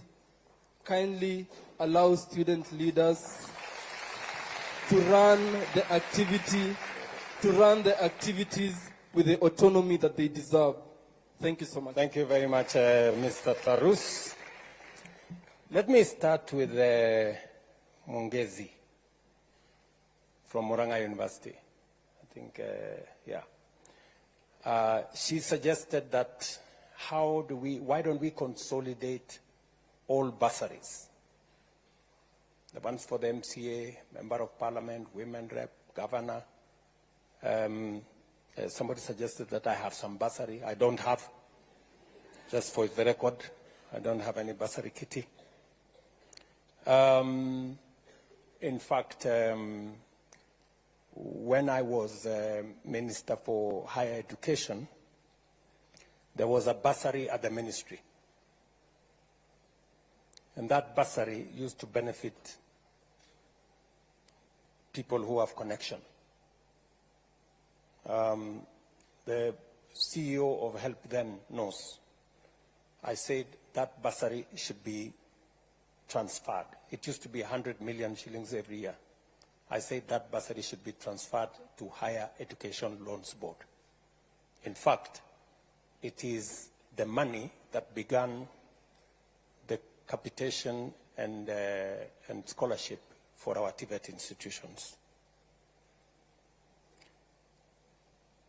I agree with you that it's a positive proposition. It is something that we need to have a conversation about. It is something that I will engage governors about, because in our constitution, it is the counties. Once money has been given to the counties, I have no authority as president to decide for the counties. But I think a national conversation that consolidates all these bursaries, and then we see how far it can go towards making our education affordable, is a very positive conversation.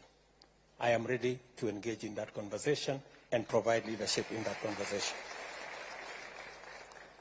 My good friend Gishangi from JKUAT has asked me, why the rush? I am tempted to say that, I mean, if the situation our universities were in is not serious to warrant us to have this conversation, and by the way, it took 6 months to 8 months of a conversation with different professionals. It was not something that it was over one night or a weekend or a week. It is something that was very clearly thought out. And you said something like, we make promises that we never keep. Let me tell you, this is one commitment I made. The universities are here. The vice chancellors are here. They can tell you the commitments I made on this model were delivered last year, and it is making a difference in our universities. That is the reality. You did say that corruption is a big problem, and I agree with you 100%. Corruption is a big problem. And I want to thank the university leadership, because part of the corruption that has been going on is on even the money that we give to universities. We decided that we are going to go using technology. I'm very happy that the university leaders accepted that we use technology. Unfortunately, our secondary schools and primary schools took us to court. They still want to deal in cash. And I know we lose a lot of money there. Corruption is something we must deal with it firmly. I have made proposals on what we should do as a nation. I have had conversations with the Chief Justice. I have had conversations with the leadership of Parliament on what we need to do on legislation to make sure that we deal with corruption. But we can also, corruption is not just about jailing people. It is about putting systems in place that make sure that corruption doesn't happen. And one of them is to use technology to make sure that we are sure of what we are doing. And that is what this whole system and what we are doing with HELP and what we are doing with COOPS and what we are doing with our universities is all about. I have made it very clear, and I have asked sometimes we investigate an incident or a corruption case, and people rush to court, and we are given an order, you cannot investigate so-and-so.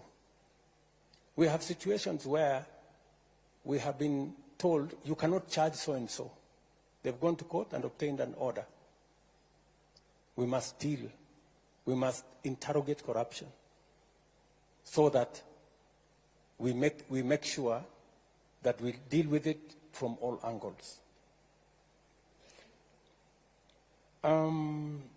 You have given a case of when somebody has 50,000 or earns 50,000 or 25,000, and they have siblings in university. Maybe they have one student in JKUAT, they have another student in another university. Higher Education Loans Board, can you help me explain how do we treat that parent? Mr. Gishangi wants to know what category is that? What category is that student? Can you help me? Thank you, Mr. President, for this opportunity. I'm not working for HELP, but I am a member of MTI Task Force and a lecturer at Laikipia University. My name is Dr. Alex Kibet. And I'm going to explain my understanding of this MTI.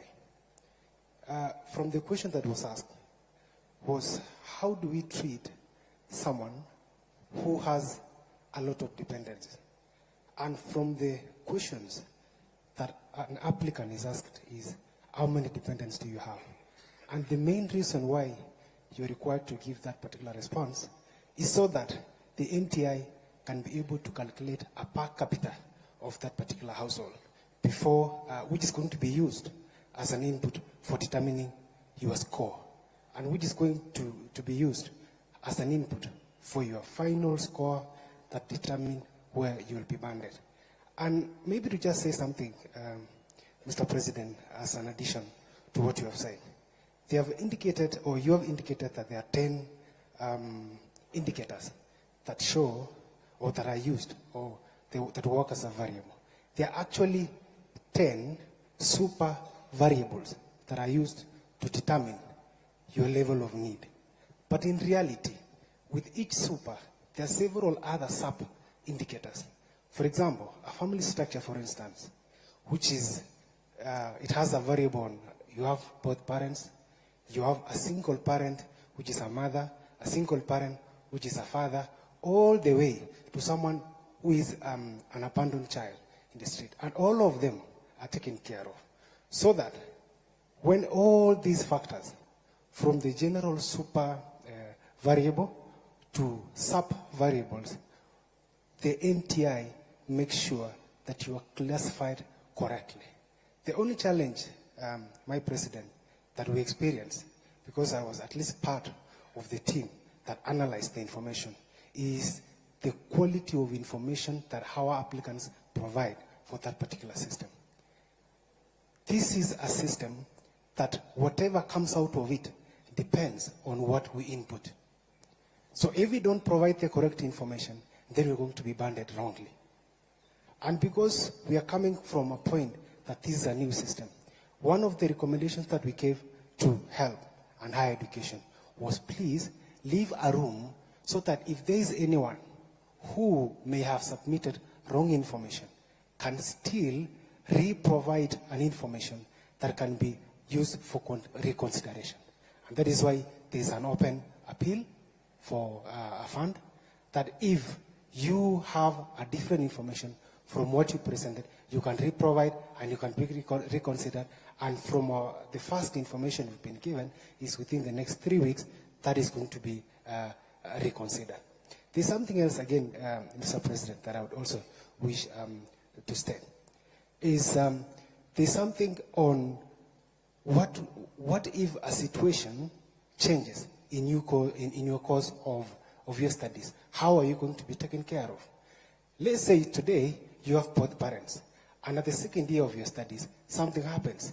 Again, that is a factor that during our task force we considered and said, if a circumstance change, like your parents, guardian loses job, your parent loses job, you lose parents, you can re-provide the information that please reconsider my banding or my categorization so that I can have a space or be treated where I am supposed to be. There are some other small recommendations that we have suggested to them, and we hope they are going to work. Thank you, Mr. President. Thank you. Do you have anything useful to add, Mr. Kingori? No, Your Excellency. I think Dr. Kibet has said it well. Okay, thank you very much. So I think that is the information, Mr. Gishangi. You have also told me that there are people who masquerade as representative of students. And they have come to say we represent. I want to tell you, for the avoidance of any doubt, that any student I have met, they haven't said they represent anybody, at least to me. If they have told other people, I don't know.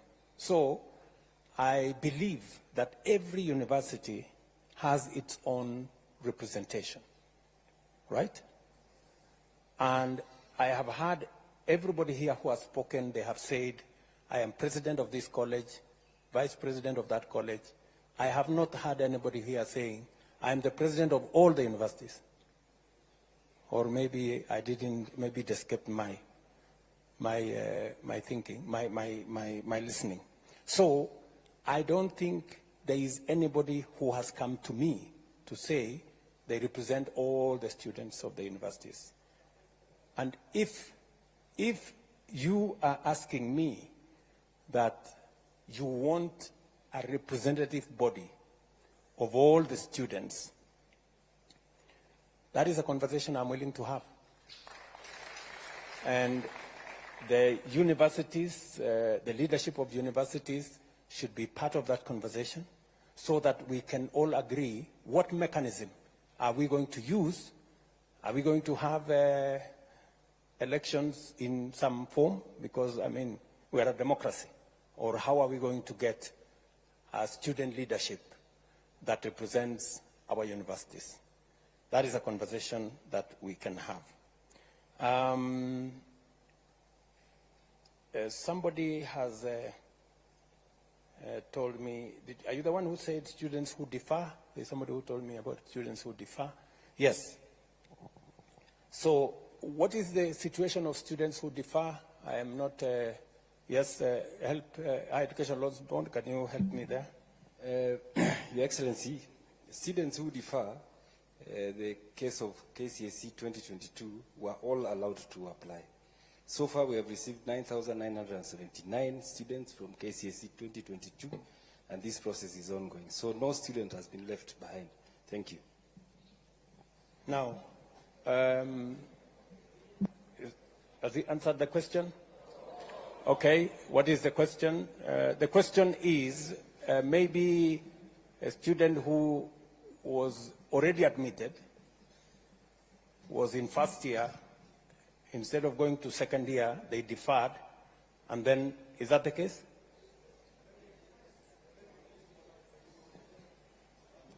Okay, okay. Which model? Are they coming? Okay, I think what the question is, those ones who you are now considering, are you considering them under the old model, or are you considering them under the new model? They are being considered under the new model. Yes. Yes. Because the model started considering students from KCSE 2022. If you are from the previous years, that is KCSE 2021, 2020, and the previous years, then you fall into the old model. Thank you very much. Now, my good friend Gishangi says he wants to replace my friend Karungo Dangwa. I wish you well. I know you have said that if I behave well, you might consider your vote for me in 2027. But Mr. Gishangi, I want to tell you that my focus is not in 2027. That's not my focus. My focus is in transforming Kenya. That is my focus. You know, there is always, you know, a belief that we must focus on the next election. Good people, there is more than the next election. We need to do and make the right decisions for Kenya now. If we make decisions merely because we want to be popular, that's how we get ourselves into the kind of situation our country is. That's where we end with our universities in so much debt, because we are unable to make the decisions that will get our universities out of trouble. My sister, younger sister, Agneta, I like the name, by the way. Agneta, she's wondering why is only 12% considered in band 1, when actually majority of the people in Kenya, or you know, a big portion, are poor. You know why, Agneta? Many of the children of the poor don't make it to university. That's the problem. And that's what concerns me. You know, I explained to you, you know, that the most disturbing thing is that the children of the poor are not in this conversation. And that is why, and it really bothers me, that is why I made the decision that I am going to hire the largest number of teachers. I'm going to put more money, invest more money in those schools where the children of the poor are, so that we give them an equal chance for them to be part of this conversation. I know it's not a very popular thing, but that's the correct position. That's why I'm going to hire another 20,000 teachers, God willing, by the end of this year. The same way I hired the 56,000, to send them to all these day schools and schools in those rural areas and all those day schools, to make sure that the children of the poor also make it to get to the university, so that they can come and sit here and have this conversation with the rest of us. That's my position. Let me also say the following. You have told me, and I agree, you're very sympathetic to my case, that we have said, let the students be admitted. Let all the students be admitted, even as we sort out the issues of how much they are going to pay, how much the households are going to pay. And we have said that, recognizing that it is something we must do. You have said, how then are the universities going to pay? If the students don't pay, if the households don't pay, how will the universities survive? How will they pay for the essentials? Agneta, we are going to give money to our universities, because we are giving money on scholarships from by government, even as parents sort themselves out as to whether they are in band 1, band 2, band 3, and their appeals and what have you. As that is going on, we are going to support the universities to make sure that the courses and learning continues from the government support that comes as scholarship, and also from our Higher Education Loans Board, and they are here. They are going to be forwarding the money that is on the loans aspects to the universities as well. So that's how we are going to support the universities. You have said something about there are some situations that marriages break, and I think the two gentlemen have already answered that question, that if your situation changes along the way, you are free to bring back your new status so that you can be reconsidered accordingly.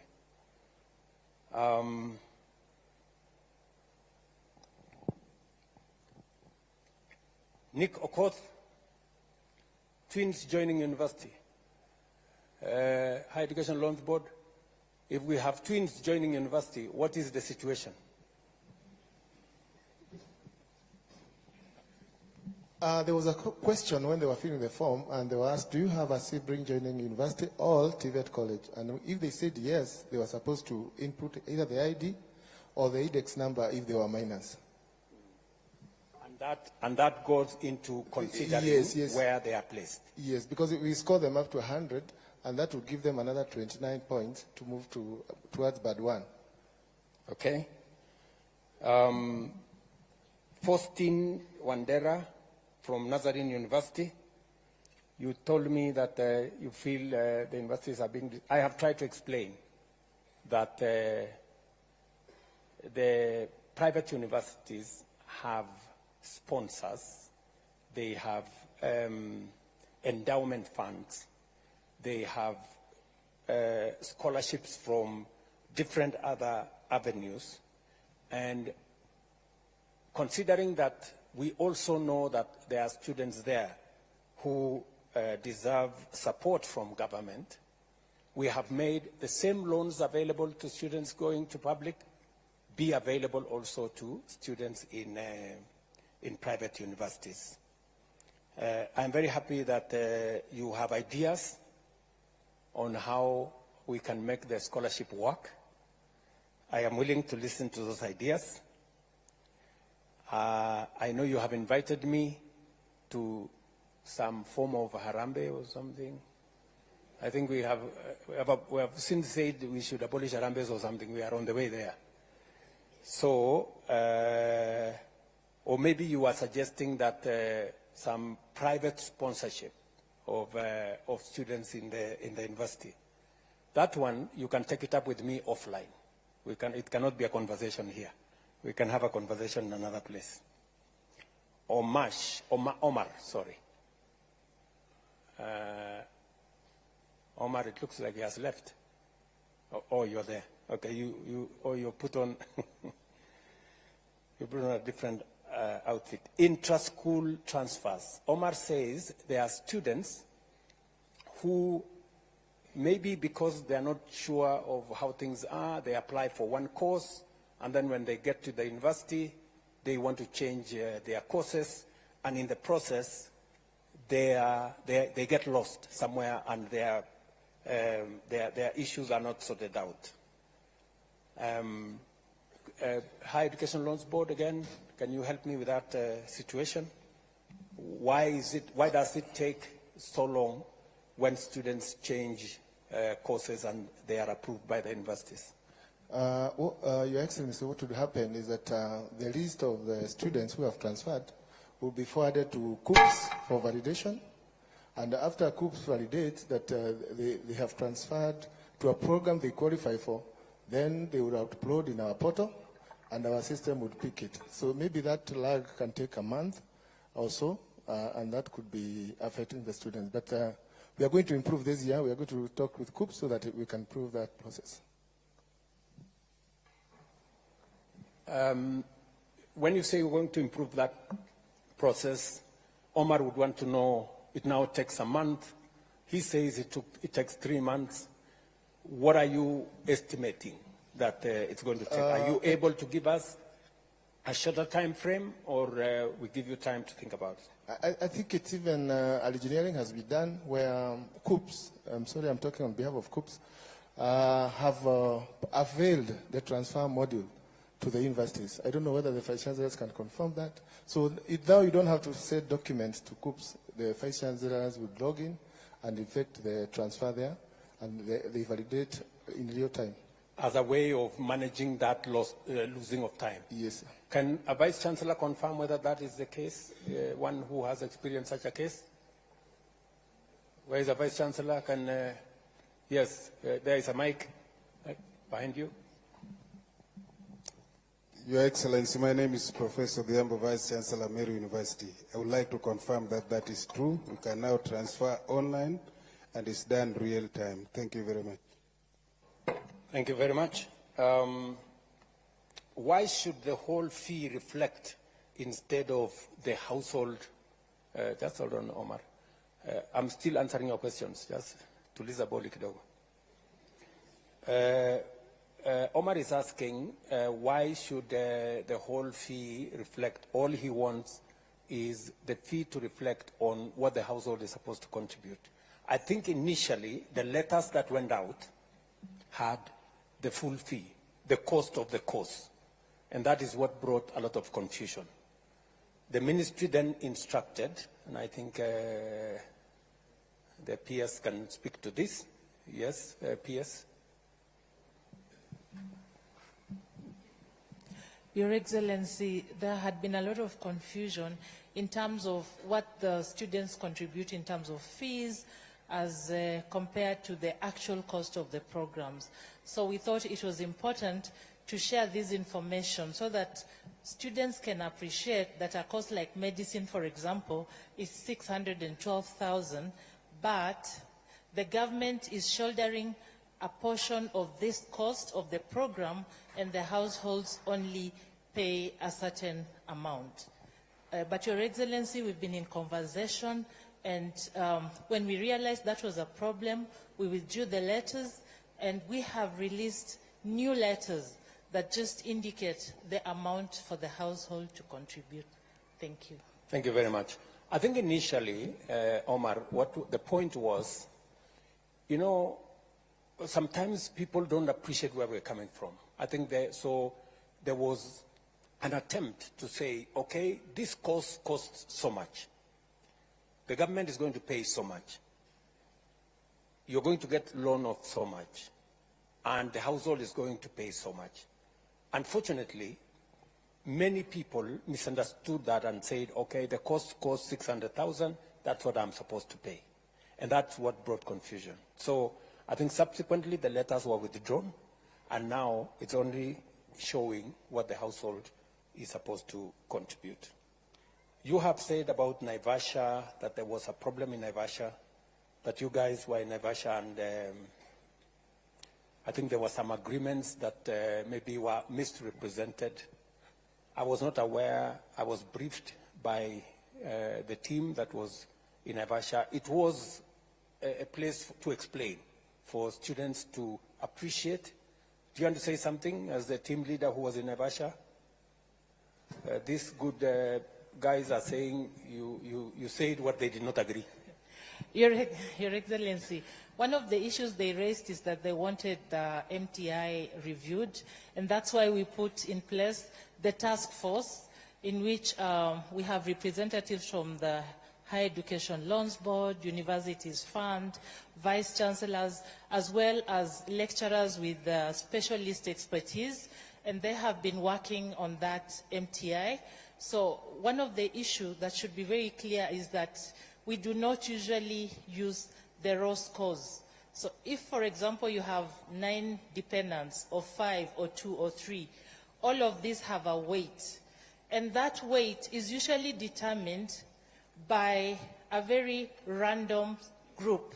So HELB will put a group of students, lecturers, parents, members of the community, church, and they decide how do you think this variable is important in determining the capacity of a family.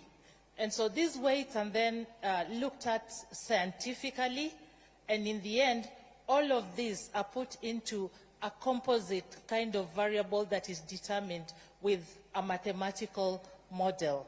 And we have all of this. It will be published so that all the stakeholders can look at it and tell us where they think this model can be improved. So that is some of the work that we started undertaking after the Naivasha retreat. Thank you very much. So there was some input from Naivasha on how to take this forward. The other issue that has been, who decides how much it costs? These are empirical figures. It is not somebody from the blues who says this costs so much. There is a calculation of the input into the cost. The vice chancellors here are with the leadership of the universities. They know how to determine how much which course costs. Can one of the vice chancellors help me with how you arrive at the cost of a course? Professor Odhiambo, again. Thank you very much.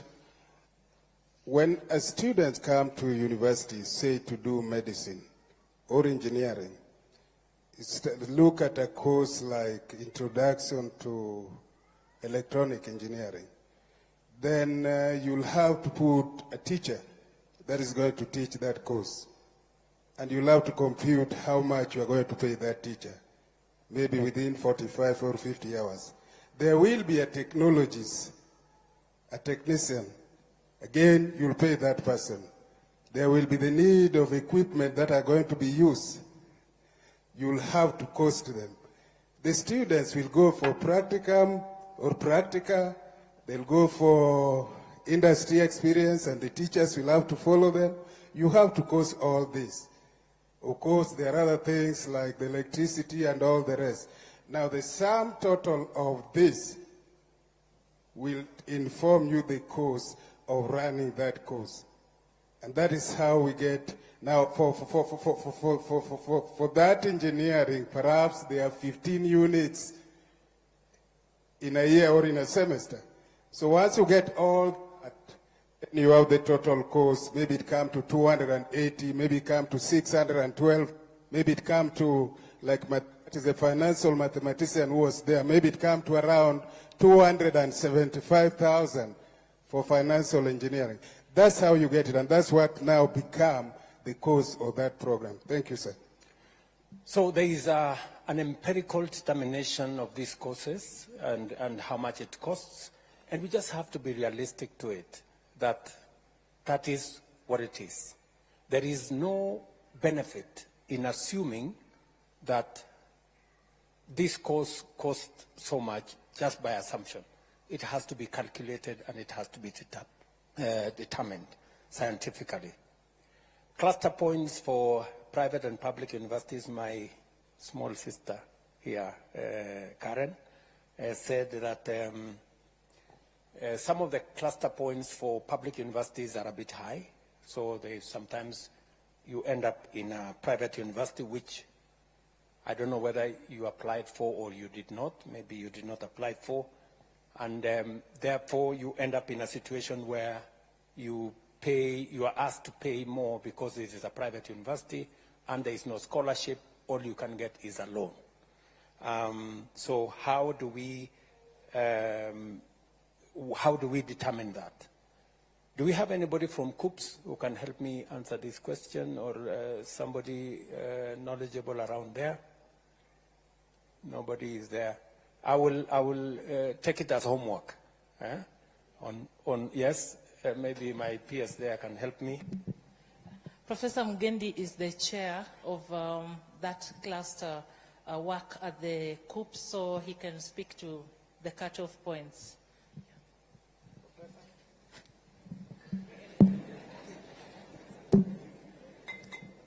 Thank you very much, Your Excellency. Yes, I am the chair of placement committee at COOPS. And indeed, because of the way clustering is done, sometimes you might want, a student may want a course in one university, but they are not able to get it because their cutoff points are lower. And that's why that question from the concerned lady was, she said that maybe she got a C+, but then she could not be able to get appropriate courses in public universities, because maybe most of those courses then that she wanted, the cluster points were higher than what her cluster point was, and therefore she ended up in a private university. But for private university, again, Your Excellency, the student must have chosen to go to those universities. They are not just placed there. There's normally a box where you tick that maybe if you don't get this course in public universities, you are also willing to go to private universities. So there is always that choice. And I think, again, if the person would really want to come to public universities, there are still courses that are available that just require the minimum university entry, but they may not be courses of the prime courses that they wanted. But anybody wanting to go to public universities and they have a C+, Your Excellency, they will not be denied, because the universities are there and there are programs that are linked to take them. Thank you. Let me also tell Karen that KRA is not the only parameter we use. So this Maasai fellow with 100 cows, and there's no provision for what is your tribe in the whole thing. So there's no place for Maasais there. So the other parameters are there. Which school did you go to? Which primary school did you go to?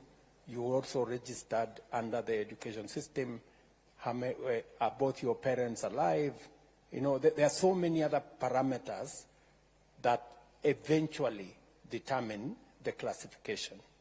So even though you may not have some of your details in KRA, there are other parameters that contribute to the banding. So I think that is what informs the whole setup. My friend Tarus has given us a classic example of dentistry. Dentistry is the most expensive course. I don't know why you chose the most expensive course. To make your point, I guess, that this dentistry is a course that we have, universities have said it costs 730-something thousand. So this is a course that is fairly expensive because of all the reasons that we've been told by Professor Odhiambo there, the delivery of the course. And what are we going to do to make sure that we don't lock out children from vulnerable backgrounds from this course? We have to strike a balance between teaching the course at all, because we actually run the risk, Mr. Tarus. If we continue the way we are continuing, we run the risk of not teaching that course at all, or having a half-baked dentist, because we have made him to pass exams, and yet we haven't trained him enough. So that's a balance we have to strike. And you remember when we engaged, I told you this is an area of improvement that we may consider. What about the expensive courses? How do we have a ceiling on making sure that those coming from vulnerable backgrounds have a ceiling that does not exceed what they can pay? But let me also say the following, Mr. Tarus. You also know that students in Band 1 get an upkeep of 60,000, up from 52,000. Students in Band 2 get 55,000 as upkeep. We have also raised the upkeep for all the categories, because we also know that some of these students from these vulnerable backgrounds, they sometimes contribute to their own education if they have sufficient resources coming out of the student upkeep. And these are some of the nuances that we have to think about. The trade-off we have to make is, do we continue with a model that has put our universities under very severe strain and almost collapsed our education system, or do we improve it? That's the question we have to ask ourselves. Do we continue with a system that has the potential of collapsing all our universities, the vice chancellors, you've heard them say, or do we improve it? I would suggest respectfully that we improve it. And this is the way to improve it. And this conversation is part of what will inform how to improve it. And I want to encourage you as comrades, if I may, to be part of this improvement, to be part of these suggestions on how we are going to improve this system. Whether it is students doing medicine, as Tarus has said, or engineering or nursing, we must make sure that it improves and make sure that our education does not suffer what it has suffered so far. Does the appeals work? You know, if you appeal, do you have a chance of ever getting it right? I know I have seen in the media sometimes cases of people who have asked that they were put in the wrong bands. But there are cases of some of those students who were put in the wrong bands, who have made their appeal, given the correct information, and they have been put in the correct band. Are there such cases, for example, in this hall, if we have any who may want to say their bit who are in this hall? Because I remember there was Josiah from Kisii, and he made a very passionate, are you Josiah? Okay, you wanted to say something? Just hold your horse. Or do we have any other student who made an application and was given a chance to appeal? Yes, my friend? Are you among those who appealed? Yes? Okay, give him the mic. Let's hear what his story was. So nili-apply nikawekwa band 3, nikafanya appeal, nikawekwa band 2. What was the issue, for example?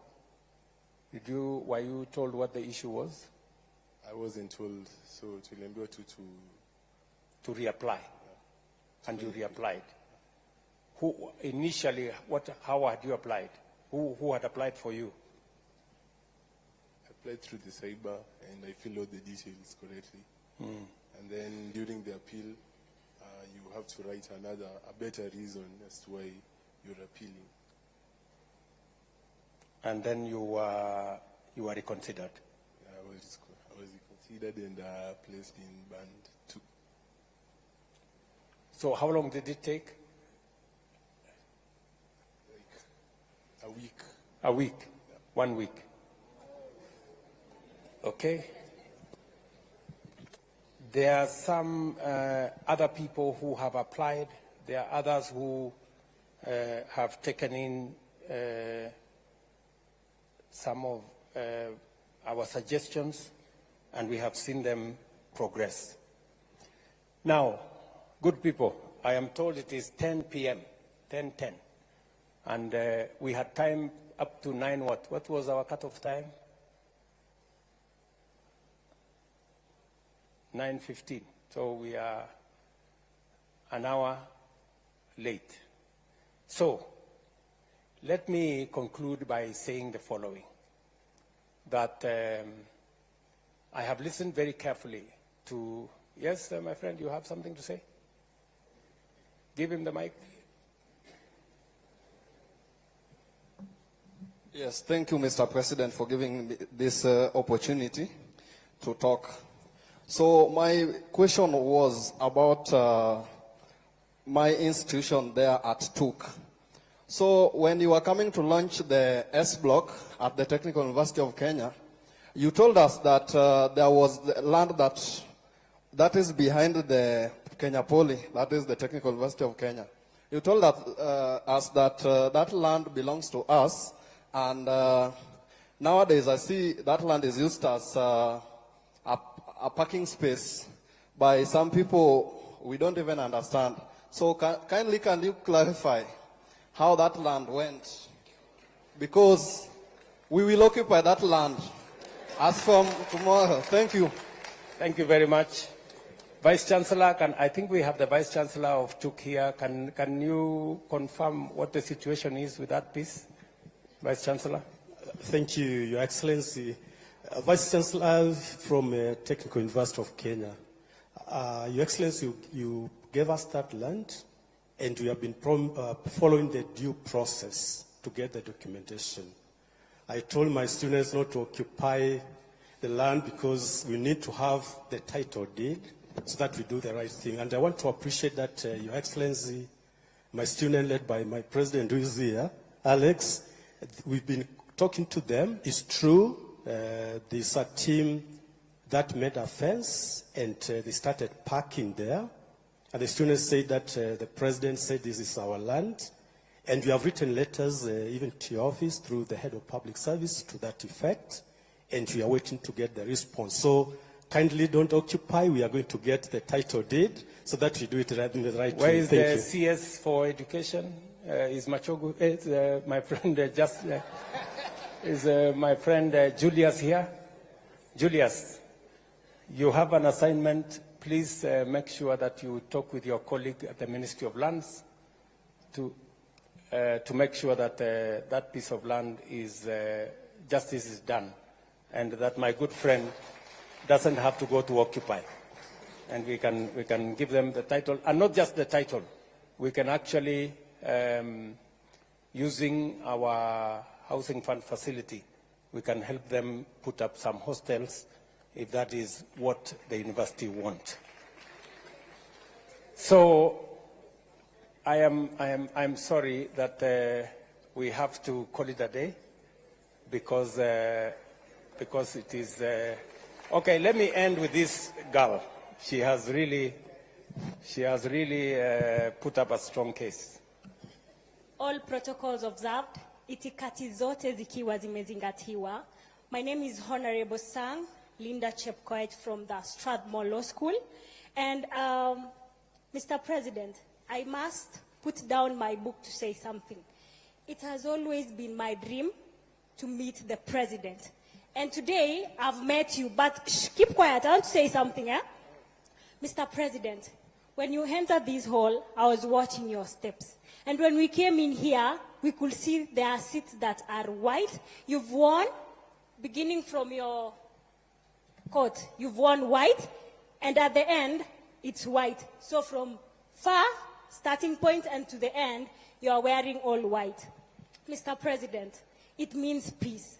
Please, look into this new funding model. Mr. President, look into it 3 times, look into it, and ensure it favors everyone.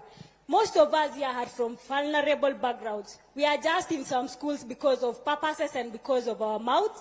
Mr. President, look into it. Please, Mr. President. Thank you. Thank you very much, my dear. Thank you.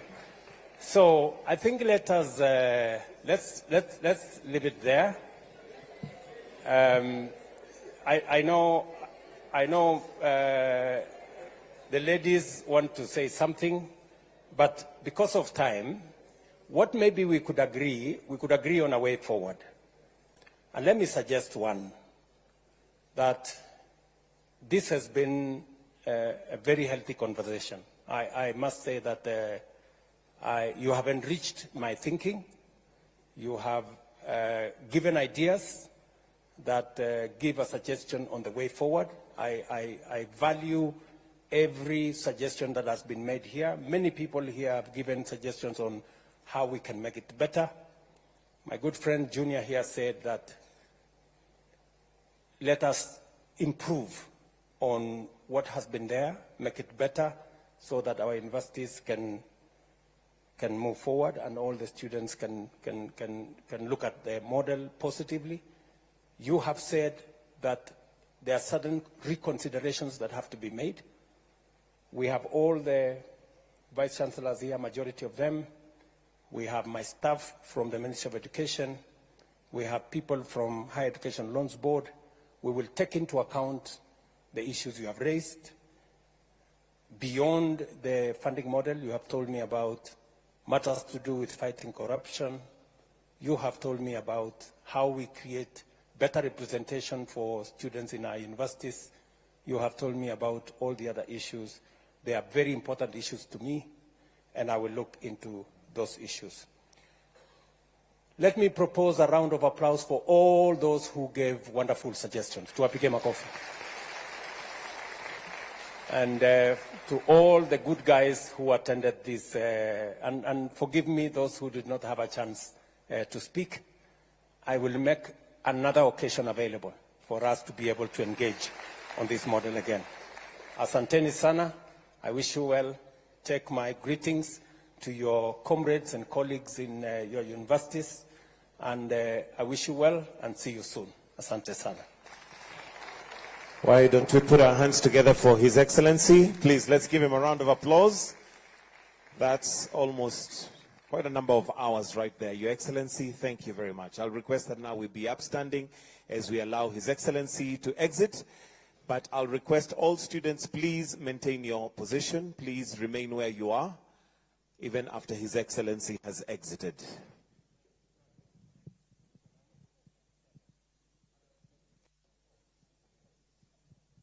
And a round of applause for His Excellency.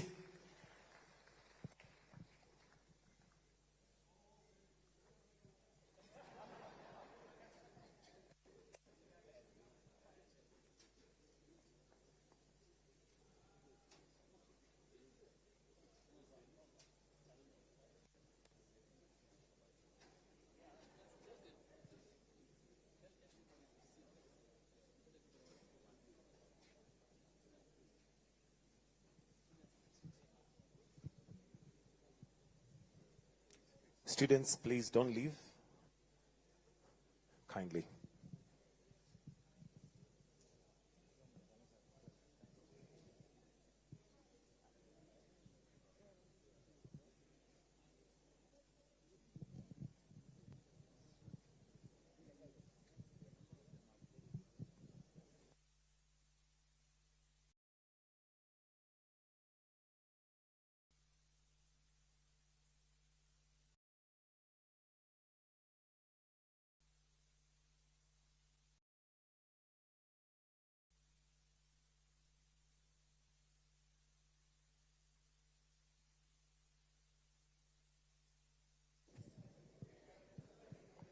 Students, a reminder, please let's maintain our position. Don't leave. Even after His Excellency has exited, kindly let's stay back.